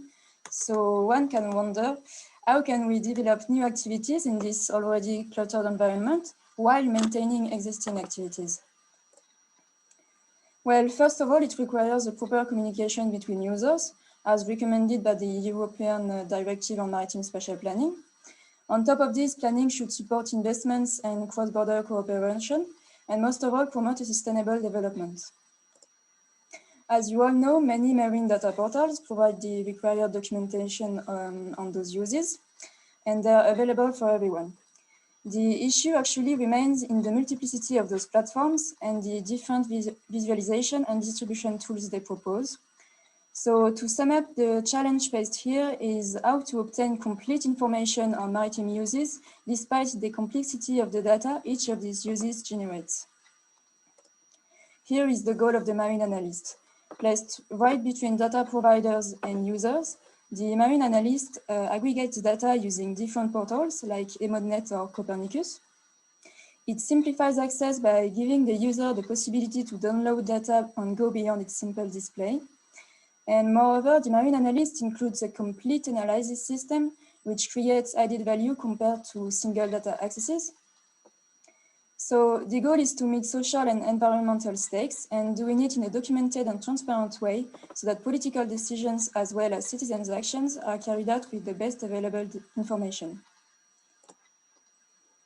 So practically speaking, first the user chooses a geographic area, so here the Bay of Seine in France, and then they choose what they would like to analyze on this area. Then the available data related to this region is extracted from the portals. Here we have several biophysical parameters extracted from Copernicus. And finally, an objective analysis processes this data, resulting in a single map summarizing the space and time related information. Analysis results like this one are presented in a report directly produced by the marine analyst. So now a quick demonstration of the tool. In order to avoid any technical connection problem, we've decided to show screenshots of the website, but it's currently completely operational. So let's stay on the Bay of Seine. Here you can see the location of a future wind farm. You'd like to check the suitability of the chosen location. You can do it using the marine analyst by first defining the Bay of Seine as your area of interest, and then the kind of data you'd like to analyze. As I said before, the marine analyst gathers all the outputs in a report, which allow the user to quickly see that the wind farm chosen location creates no conflicts with aggregate extraction activities. The objective analysis on vessel densities and the related results allow them to conclude that the chosen location isn't in a too crowded area, and even that the seabed sediment in this location, being coarse substrate, suits wind turbines requirements. So all of the required information and analysis results are exposed in practical reports, which aim to bring complete and easy to handle information for decision makers. So to conclude on the marine analyst, our main goal is to make it a European public service for maritime spatial planning. There has been a great development progress during this hackathon, and it's led to a currently operational tool open for feedbacks and remarks. And the future operational requirements are related to maintenance of the website and its development with 5 persons, as well as for the financing of the hardware. So Thibaut, Pascal, Laurent, Claudia, and I thank you all for listening. Thank you very much indeed, Brest. Thank you to our local team. We have time for one question. Any questions for Brest, please? Any questions for Brest? Yes, we have one hand up, so please ask your question. Hi, I'm Francisco from Cartagena. That tool can be used in any part of the Mediterranean Sea or Europe, or it's only for French seas? Thanks. No, you can download data from all around Europe, all the European seas. That's great. Thanks a lot. Okay, we do have time for one more short question, if anybody has one. Yes. Yes. Hello. I have a simple question. What is the business model?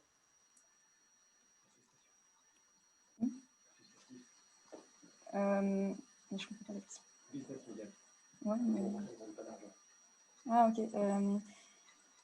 Well, the tool is not created in order to make money, but it's actually in a public service kind of view. Okay. Thank you very much indeed, Brest team. Okay, well, a very well done to group 2. You guys can all now relax. As promised, we now have the results of Where Are You in the World Today, before we move quickly on to group 3. Okay, so we are now waiting the results. Julien's, wow, okay.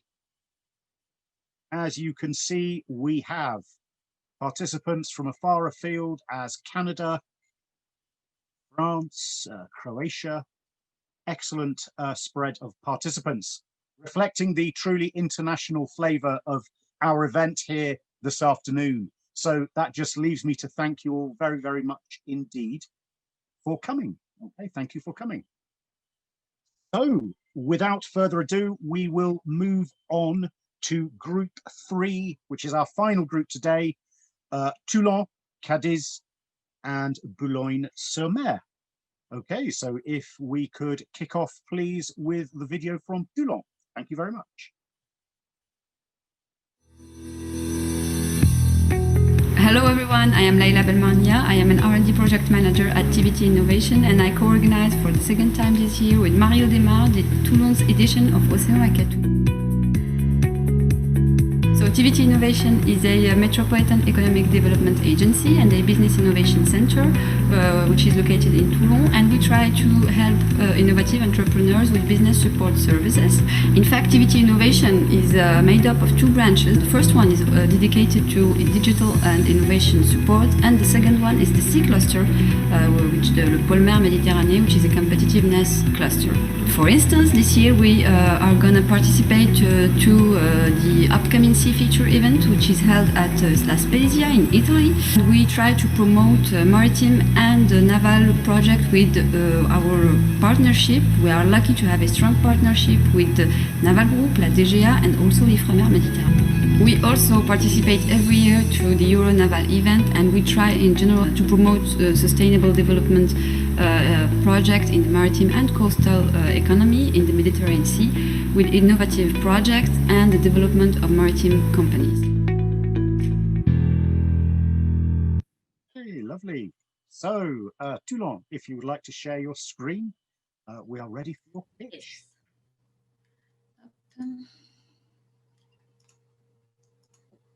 Can you see it? Any moment. Can you hear me? I can hear you, yes. Can't see your screen quite yet, though. Oh. You can see it. Yeah, it's okay. Okay, and I will try with the video, but connection is not so good. So if there is a problem, tell me and I will switch off it. So I'm representing Toulon's team to introduce you to the new Oceans Web. Oh, okay.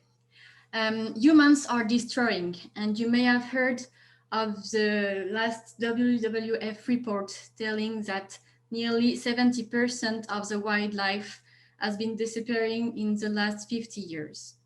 And our engagement in natural solution and with our team during the hackathon was to protect biodiversity.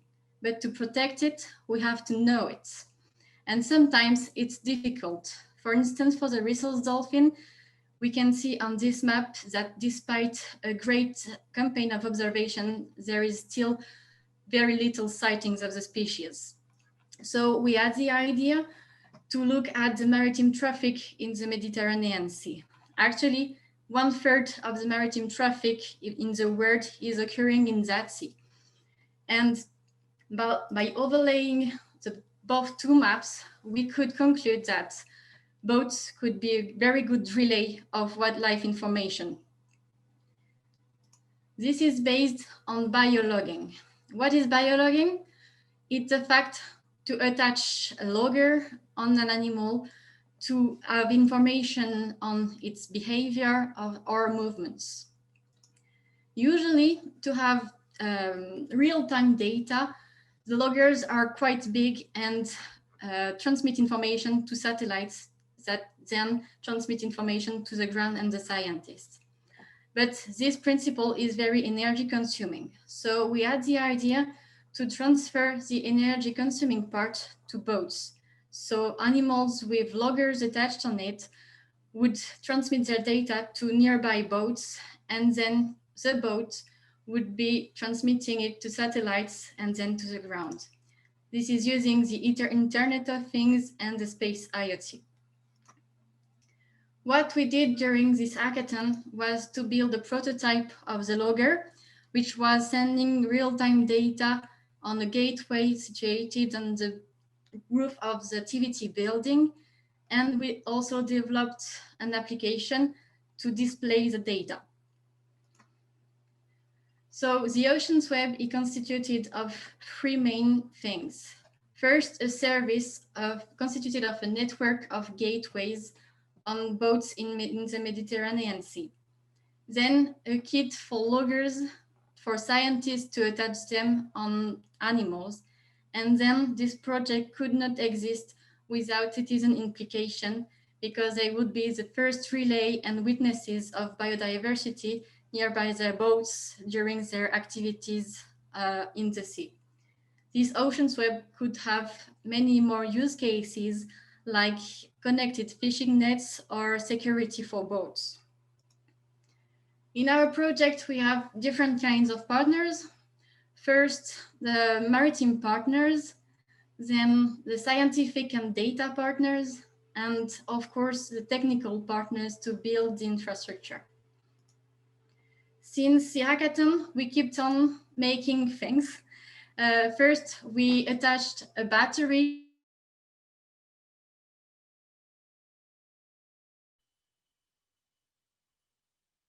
Hey, I think we may have lost you momentarily there, Aurélie.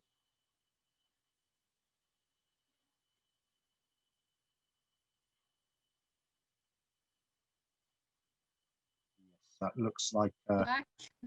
Oh, you're back? Yeah, sorry. No problem. Very bad. I don't know where it left. I was telling that we had built a new logger with a battery on it, so it would be independent. And we also kept on studying about how to build a logger and space IoT. Next, it's not, yeah. So now, to keep on going, you could help us to protect marine species. We would like to thank you, and a special thank to our team during the hackathon, and they also continue to work with us since then. So Ariane, Florent, Colin, and Hugo. Thank you. And Adrien is going to answer to the different questions if there are some. Hi. On n'entend plus rien.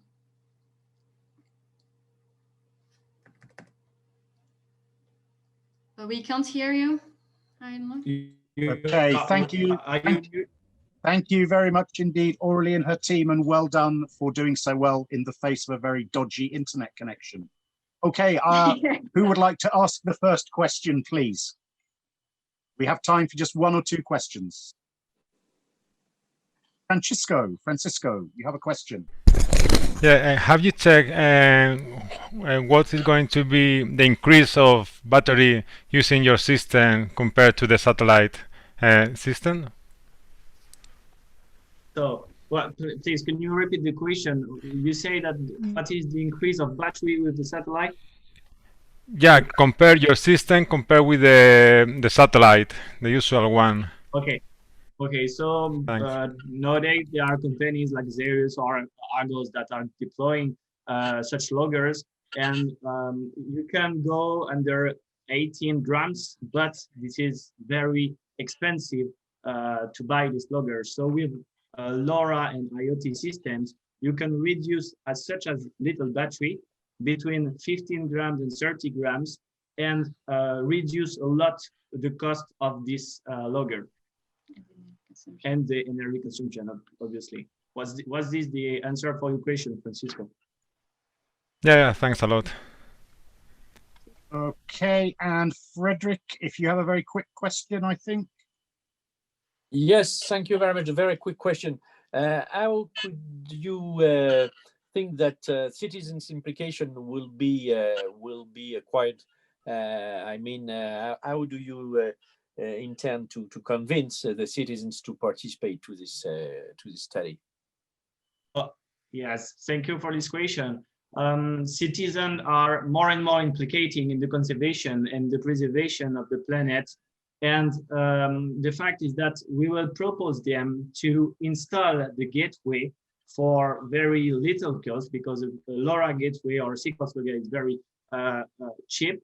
And they will have also access to our service to have some notifications of the marine activities there is around them. For example, if there are dolphins, if there are birds or whales, they can know because they deserve it. Okay, smashing. Thank you very much, Toulon. Okay, so now we move on to our next team, which is Cadiz. So we will start off with Cadiz's video. Enjoy.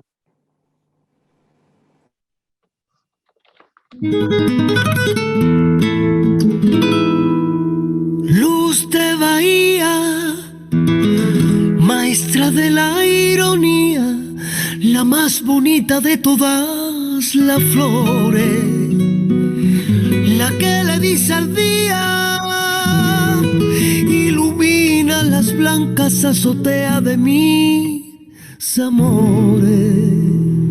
Osada, libre y humana, prima hermana de La Habana, cruz de los fanfarrones, Fenicia, mora y romana, carnavalera y canalla, ay, ay, ay, mi novia con tirabuzones, que guapa acaba de levantar con la calle recién puesta, la campiña, el mar, el olivar, la salina y la sierra.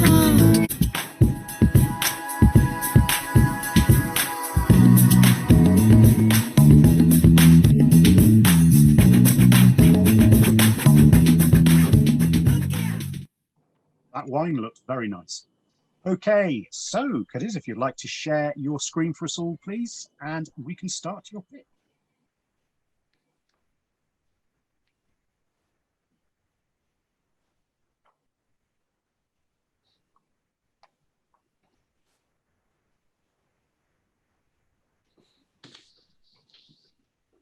Thank you.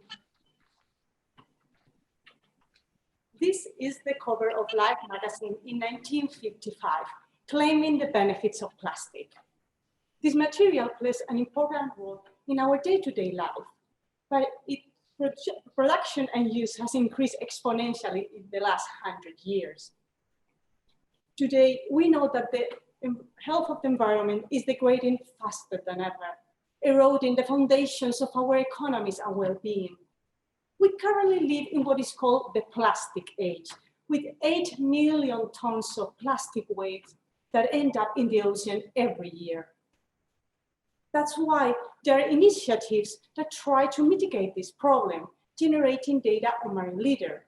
However, these initiatives often speak different languages, different inventories, different criteria, different units. We are comparing apples and oranges.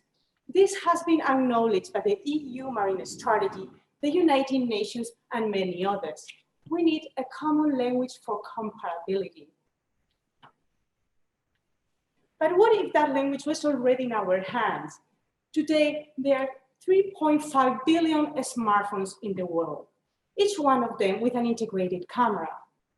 So what about if we use those images? That was our challenge. How can we use those images, creating a tool that quantifies litter and is useful for high-level management, scientific research, but also available to educators and the general public. But let me introduce you to the team. The challenge was launched by the Marine Litter Group of the University of Cadiz. We work to give the empirical base to support effective management and preventive management.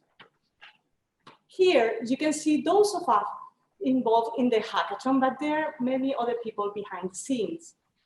We invited a young company of programmers to join us, and they did. However, due to the coronavirus, they couldn't come to Cadiz during the hackathon, but they got together after getting tested, and we all worked as a whole team, day and night during that weekend in October. Let's go back to the challenge. We said that right now, most of us have access to images through our phones. Actually, not too long ago, I realized that mine is able to recognize faces of the people that show up in my photos. What about if we use that technology, that machine learning technology, to recognize and classify litter? We found that there are many initiatives and apps on marine litter, but none of them is able to do these two things. First, recognize litter automatically, nor second, determine its weight. We wanted an app able to classify litter by type and use all the information gathered by international programs to calibrate and be able to calculate weight in a way that we could gather all the information generated in an open platform available for managers, researchers, and educators. We wanted to be able to display all that information on a map and able to track and compare data in space and time in the same units, from Alaska to Bali to Cadiz.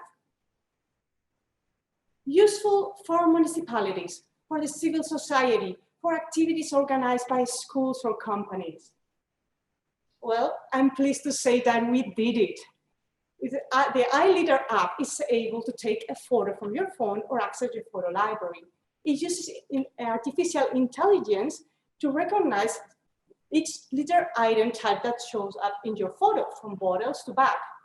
It tells us what type of material that litter item is made of, as well as how big they are or how much they weigh, allowing us to have a full description of each object that shows up in the image, as well as a global quantification of the whole set of litter.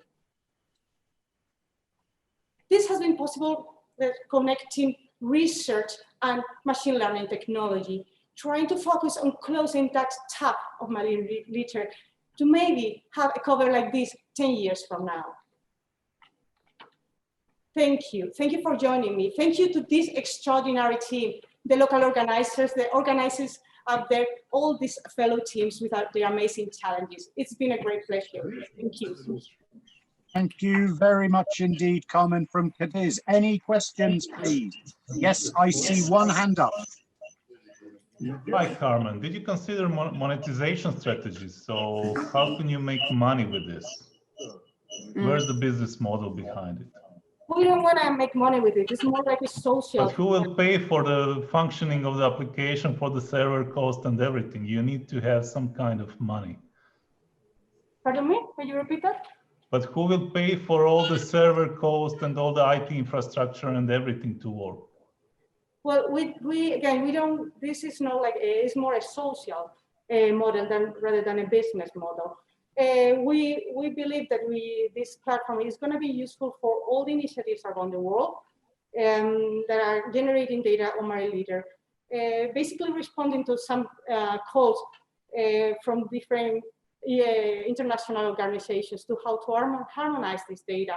So we believe that we'll have to apply to international calls to be able to keep going with this tool, and also have the umbrella of the international organization to keep going. Thank you. You're welcome. Thank you very much indeed to Carmen and her team. Hello, Carmen and her team. Okay, that has now brought us to our last team of the competition. So we are now moving back to France for Boulogne-sur-Mer. Welcome to Boulogne.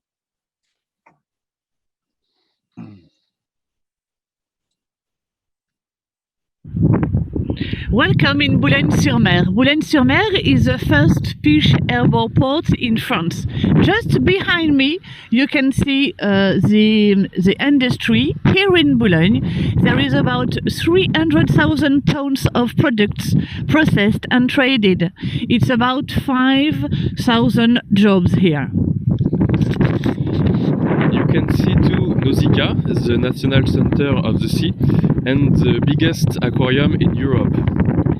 So Boulogne-sur-Mer, here you have industry, the National Center of the sea, and just behind us you can't see today, but there is England. So in Boulogne, the hackathon is a team, and we are the pilots. Here is Adrien Boucher, and I'm Florence Sergent. Thank you.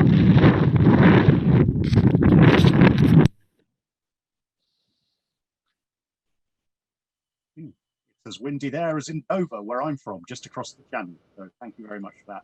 Okay, Boulogne, when you are ready, please share your screen and we can start your pitch.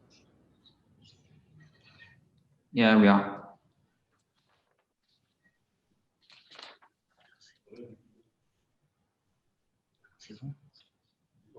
Do you see the presentation? No, not at the moment. I can see it as your profile picture, but not actually on the screen.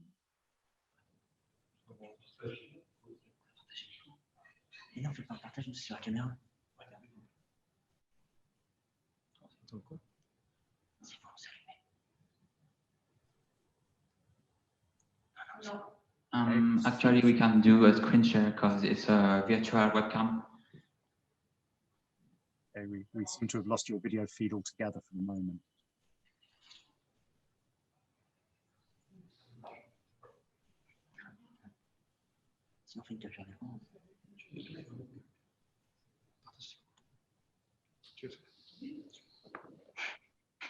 Ah, there we are. Do you see also presentation? I think so. It's slightly cut off at the bottom, but I can see you both as well with your microphones, okay? Oh.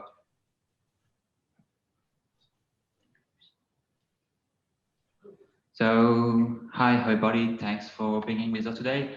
We are the team Binaire from Boulogne-sur-Mer. We are students aged between 18 and 21. We split our project in 3 groups. Theo, Elvin, and myself, we've worked on the code and database. Sandy and Benjamin on project ideas, and Alexandre, Svanil, and Antoine on communication. So we're going to talk about our project named Mopods, brought to us by the association Nature Libre. The association's goal is to raise awareness for both the people and firms about the critical situation of pollution and quantity of waste thrown in nature. Another goal of Nature Libre is to get a territorial representation of our coastlines by collecting data about environmental pollution as well as sea pollution. The study projects of Nature Libre will feed the platform and will centralize all of their data. This tool will allow everybody on Earth to quantify, characterize, and map pollution, thus getting measurement indicators. In the long term, this tool could be used to have precise quantities and statistics depending on the place and the different types of waste. So for this project, we established a business plan of 14,000 euros to produce the web application. This business plan includes the website development and its maintenance for 3 years. The website development will be done with the Ivy Scrum method by 3 or 4 sprints of 1 week, and there will be an assigned team who will ensure the maintenance of this tool. The project will be funded by grants, but a start investment of 30,000 euros will be necessary to get a viable and functional result in the short term.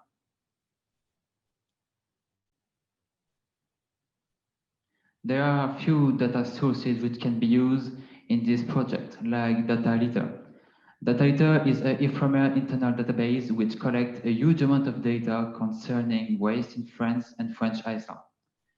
We want to use big data to collect the maximum amount of data we can fetch, which will be used in 2 different ways. First, the preemptive usage will tell enterprises which wastes are important and when will be the ideal time to get rid of this waste. Secondly, the curative usage will give data to raise awareness and help stop overproducing, and thus reducing the total amount of waste. So now we're going to show you the website's prototype. On the home page, we can find all the projects which compose Mopod's platform.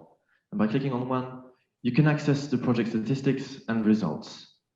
Those stats are provided by a database which is updatable by Nature Libre.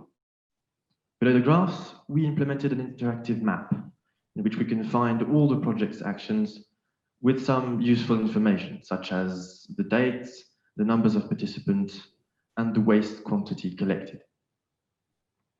Places pinged on the map will be added and updated over time thanks to Mopod's database. Here, we simulate an update into our database and show how it works.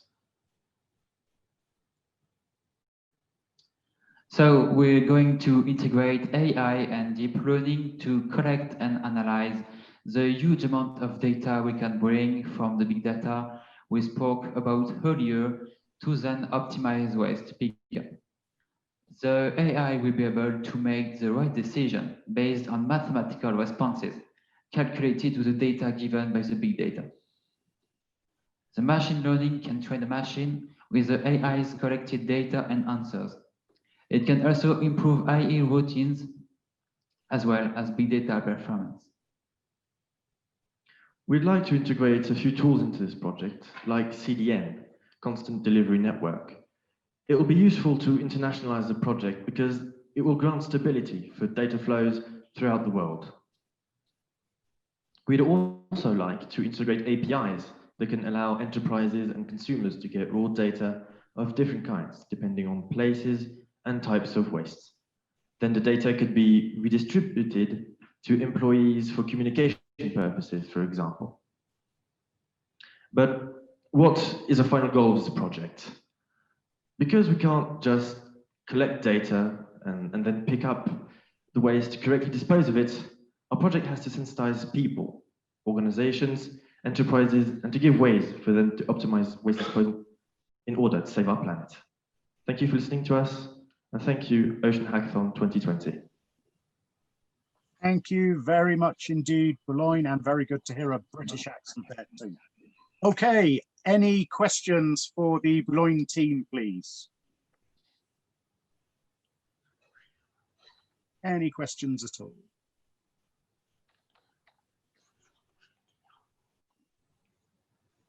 Okay, well, we have now seen all 11 teams. Thank you very much to you all. Thank you for coping with some quite difficult internet conditions there. So now it is that time. It is time for the jury to vote. Okay, I would just remind you that you can do this via the link in the Excel file. So that's for the jury. Okay, you have your Excel file for scoring. I would just remind you that we do have limited time. Okay, we do have limited time. And what I will do now is just very briefly spend a few moments explaining how the voting system works. For those of you who have taken part in a hackathon before, it is very similar to the process used to choose today's finalists, okay? Each pitch will be judged on 6 criteria, okay? 6 criteria. Okay, first of all, clarity of the pitch carries 4 points. Basically, how well did the team explain its concept? Next, we have data used. So how effectively did the team use and present its data? That's for another 4 points. The next point is the identification of the problem to be solved. Okay, so judges will be looking carefully at each team's business model, including their problem, the solution, and the attractiveness of the project to end users and customers. Okay, that carries another 4 points. Next, we come to dynamism and originality of the pitch. Okay, this will score a maximum of 3 points. Then we have another 3 points for timekeeping. Did the team stick to the all-important 5 minutes? And finally, the judges will assess each team's degree of teamwork for 2 points. Even if only one person spoke, credit will be given for how well the other team members and their contribution and their expertise were presented. Okay. What I would like to do now for a few moments is just thank some of the people who have taken part in the jury today. Okay, so we will start off with our ambassadors. So I'd just like to pass on my thanks to Stéphane Dole, Director CEDRA, Frédéric Moncanet de Saint-Aignan, President of Cluster Maritime Français, Romain Charadot, the Director of Technology, Transfer and Innovation at Ifremer, Ségolène Brun, Director of La Village by Crédit Agricole, Mathieu Chevalier, Head of the Marine Forecasting Department of Météo France, Florence Kayako, Head of the Assessment, Knowledge and Uses of the Marine Environment Service Monitoring, Evaluation and Data Department for the French Office of Biodiversity, Laurent Kellegre, Director of CHOM, and finally Laure Dassonville, representative of the French Ministry of the Sea. And apologies for my appalling pronunciation of some of those names. Okay, but thank you very much for participating today. I would just say that the ambassadors have all generously contributed to the prizes awarded to our successful competitors in this finale. Additionally, as I've said before, we are particularly proud to welcome the participation of the French Ministry of the Sea in this year's finale. It is also worthy of note that CHOM, Ifremer, Météo France, the Office of French Biodiversity, CEDRA, CMF, and Village by Crédit Agricole Finistère have also been working with Ocean Hackathon since its launch in 2016, providing data, mentoring, and helping to promote this very, very important event. And next, I would just like to move on and extend our thanks to our 11 advisors from each of the cities represented by the teams today. Okay, I would just point out again that they are not allowed to vote for their own city, but thank you to all our advisors, okay, from Ancona, Cartagena, Split, Toulon, Saint-Malo, La Rochelle, Boulogne-sur-Mer, Deshaies, Mexico City, Cadiz, and finally Brest. Okay. So next, it is time for a very short quiz while our judging panel finalize their votes. Okay. You are now all cordially invited to test your general knowledge of the countries involved in today's competition and the oceans. Okay, as we are running against the clock, please try to answer in real time. So, how good is your knowledge? Question 1, which country is bigger, France or Spain? Question 2, how many islands does Croatia have? Over 100 or over 1,000? Question 3, which bird features on the Mexican flag? Is it a falcon or do you think it's an eagle? Question 4, the battery, the thermometer, were both invented either by Italians or in Italy. True or false? And finally, question number 5, what does the number 70.8 represent? Is it the average ocean temperature in 100 years' time, or is it the ocean's total share of the world's surface area? Please submit your answers by pressing the submit button at the bottom of the question, please.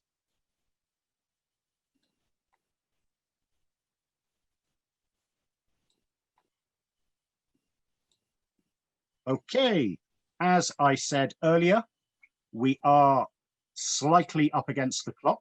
So what I will do now, okay, is read out our answers. See how many points you all scored. Okay. Oh, wow. Okay, so which country is bigger? Okay, which country is bigger? Is it France or is it Spain? Okay. Well, 72% of you were correct. It is actually France. Okay, at 643,801 square kilometers. Try saying that in English. Number 2, how many islands does Croatia have? Okay, the answer I have here is 718. 718, so 44% of you are correct. Which bird features on the Mexican flag? It is indeed an eagle, so well done, the 63% of you who got that correct. Okay, and finally, question 4, okay, was the question about the thermometer and the battery. Yep, the answer to that indeed was true. So congratulations to 68% of you. And then we had one additional question, question 5, which was, what does this mystery number 70.8 represent? Okay, for those of you who said the ocean share of the world's total surface area, bang on, 100%, you are correct. Okay, so well done, 91%. Question 5 is intended to just make you all aware of an exciting new development in Brest. 70.8 is going to be the name of the future centre of culture that will be opened in the city and dedicated to maritime innovation. It will exhibit a range of information related to key maritime issues, including ocean observation, the ocean as a resource of the future, and the ocean as a navigational space.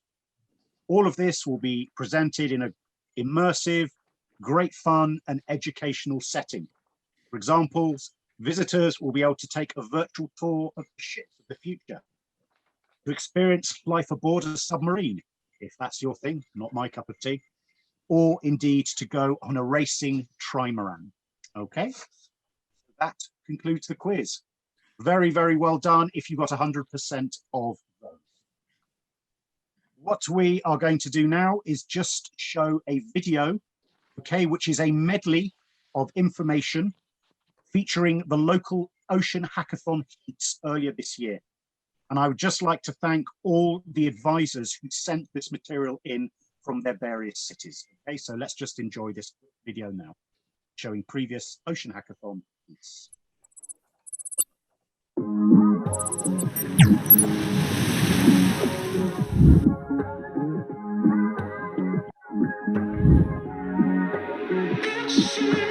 Je regarde l'écran et je souris, et ouais, il se passe rien.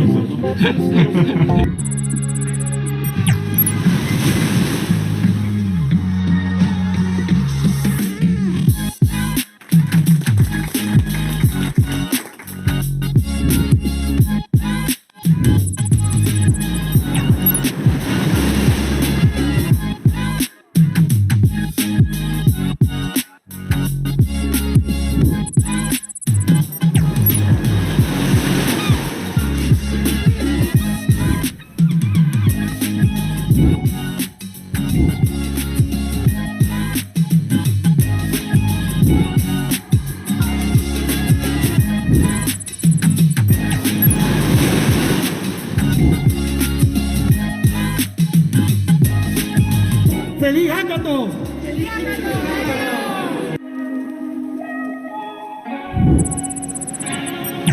Quería platicarte que este viernes 9 de octubre dará inicio la segunda edición del Ocean Hackathon México. Quería saludar a todas las ciudades que están participando junto a Cartagena.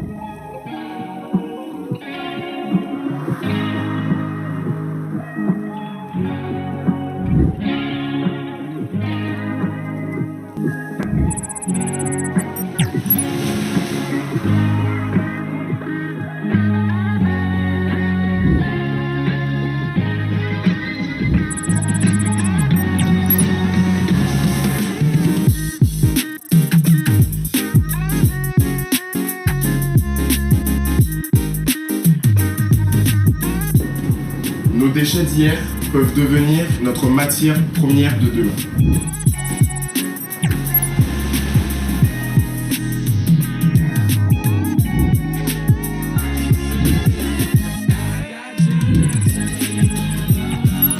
Le Ocean Hackathon est un week-end de 48 heures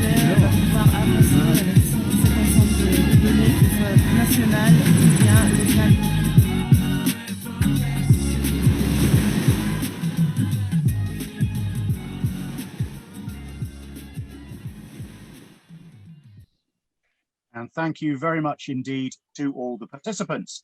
Okay, you might be pleased to know that I'm going to be quiet now for a few moments and pass the floor over to Jeremy, who will introduce Ocean Hackathon 2021 and explain how you can all get involved. So over to you, Jeremy. Thank you, Rob. Can you hear me? I can hear you.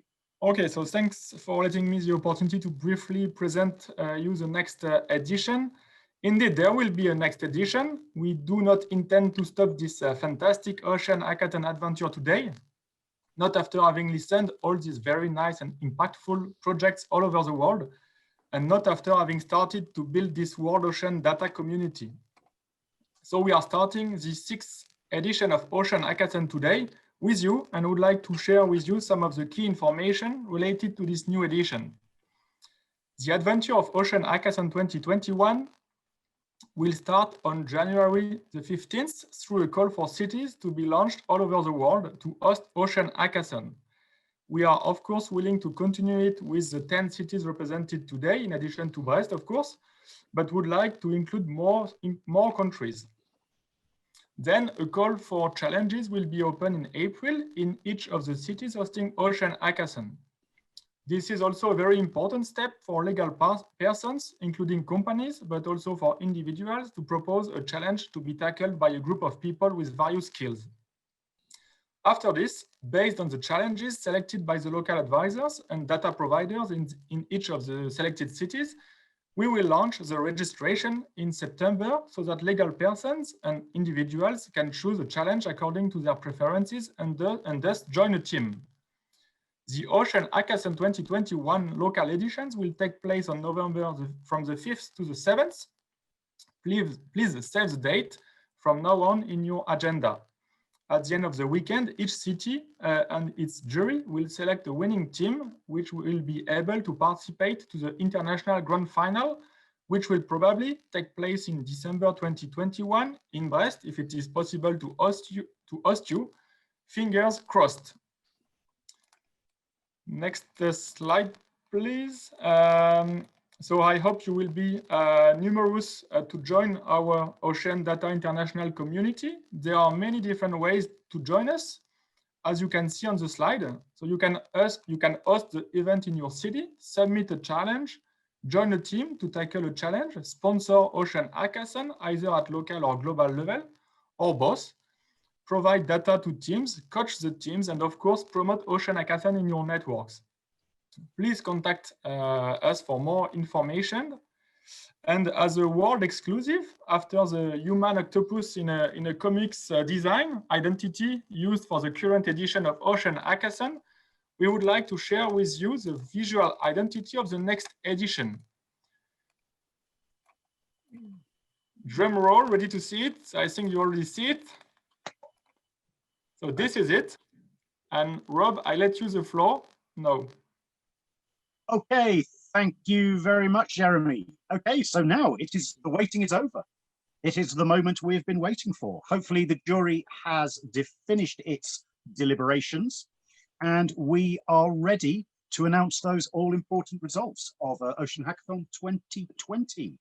So we will start with third place, okay, third place. Third place in our competition will be announced by Stéphane Dole, Director of CEDRA, Matthew Chevalier, Head of the Marine Forecasting Department, and Florence Kayoka. So please, when you are ready, please announce. Well, hello, I'm supposed to speak on behalf of the group of 3 people there, but I actually do not know who the third winner is. Oh, okay. So I'm waiting for that information very impatiently.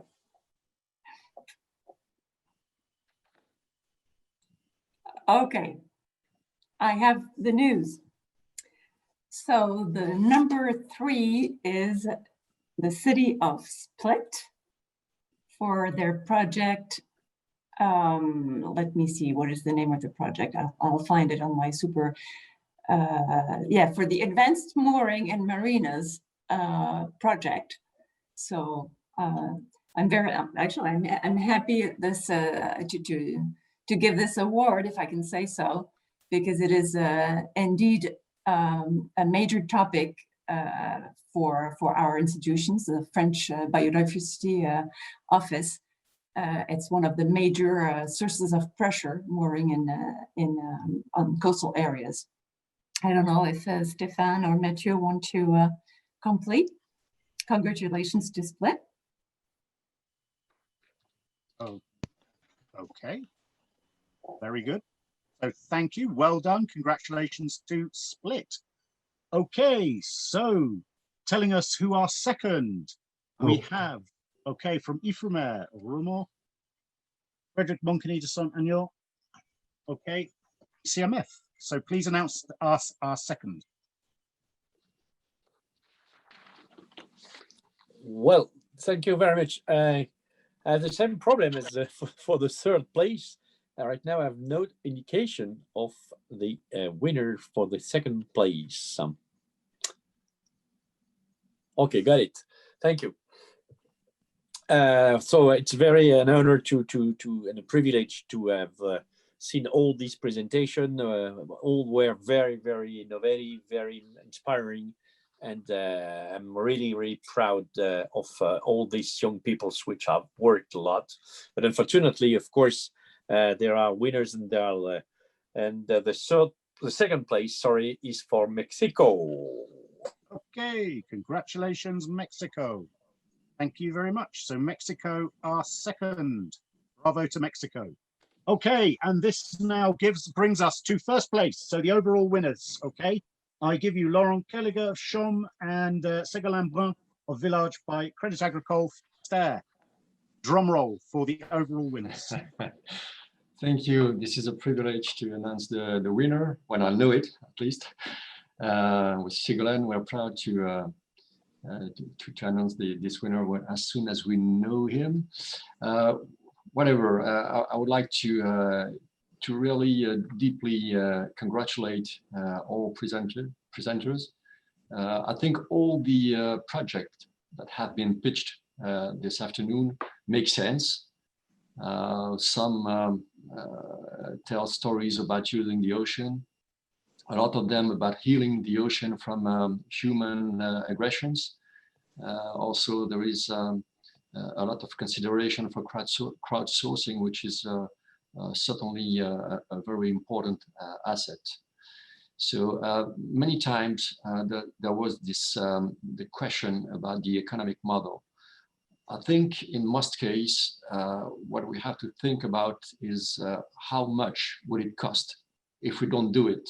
So it may be the answer for many projects. Also, I would like to, as a conclusion, to recall what the French Ministry of the Sea mentioned, is that whatever you win or you don't win the prize today, you have to believe in your project. All the project makes sense and they deserve a future. So again, thank you all for that. And in the time between, I still didn't get the winner. So maybe Ségolène would like to announce the winner, because I don't know who is the winner actually.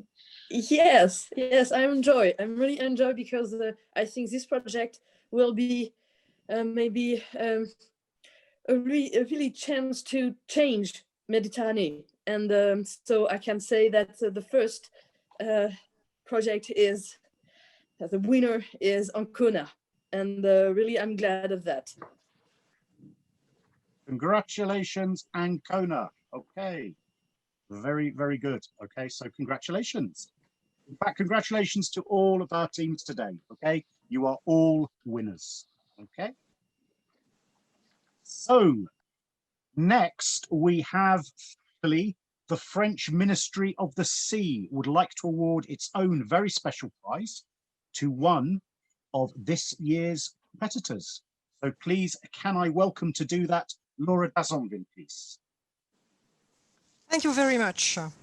So this year, and exceptionally, a prize coup de cœur is given by the Ministry of the Sea, which has been created in last July. With that prize, the minister wishes to pay homage to this Ocean Hackathon, which stands this year and which is organized by the mondial campus of the sea.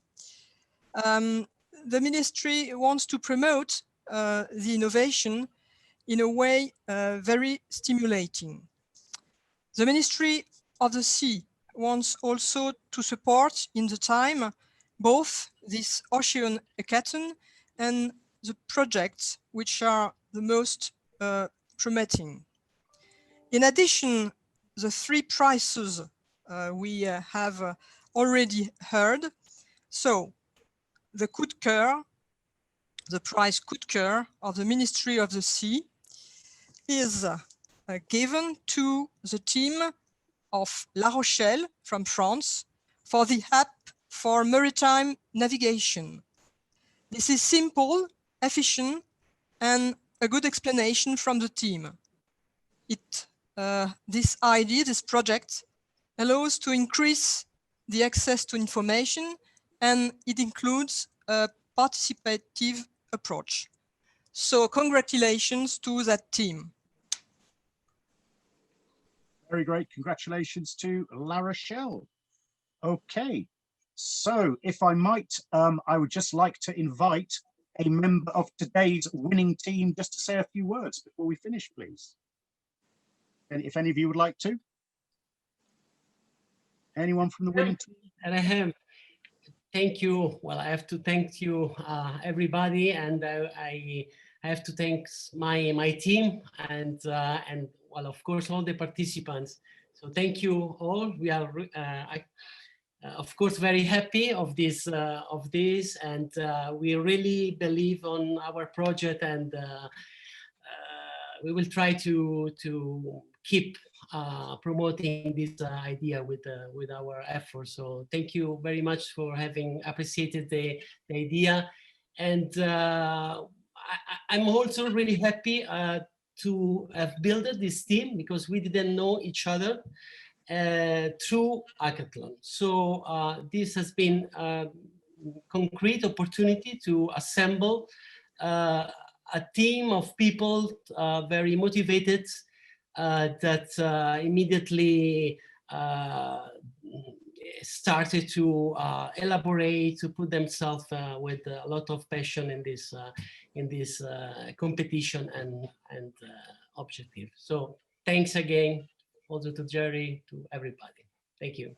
Thank you very much, Ernesto, and your team, and congratulations. And indeed, congratulations to all our teams for making it this far in the competition.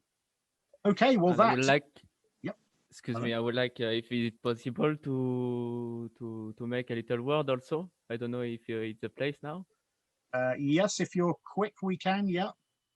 Okay, it was just to say thank you, and thank you to everybody, thank you to the staff, and that's it. And thank you for the coup de cœur prize. That is such a beautiful name for the prize. So thank you, everybody.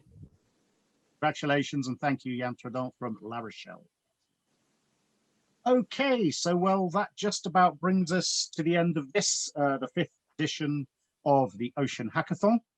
Before we depart, I would just like to thank and congratulate all 11 teams for their marvelous participation and great hard work for this event.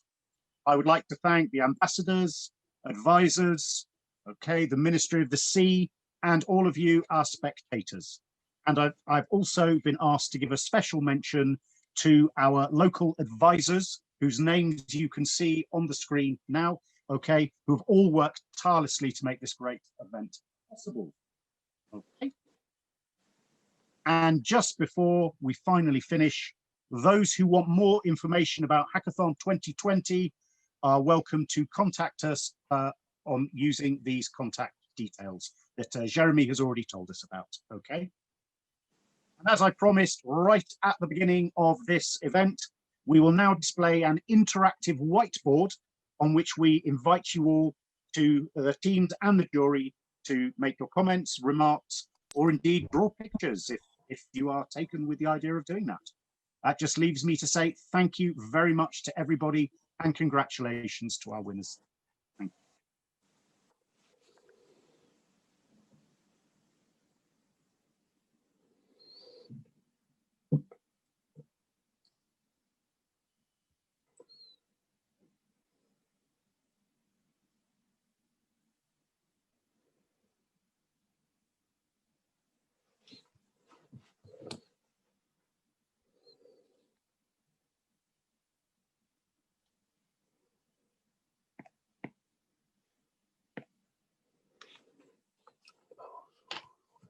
Okay, lots of people writing on the board. Thank you very much. Je ne sais pas faire. Ah, écran directeur. Stylo.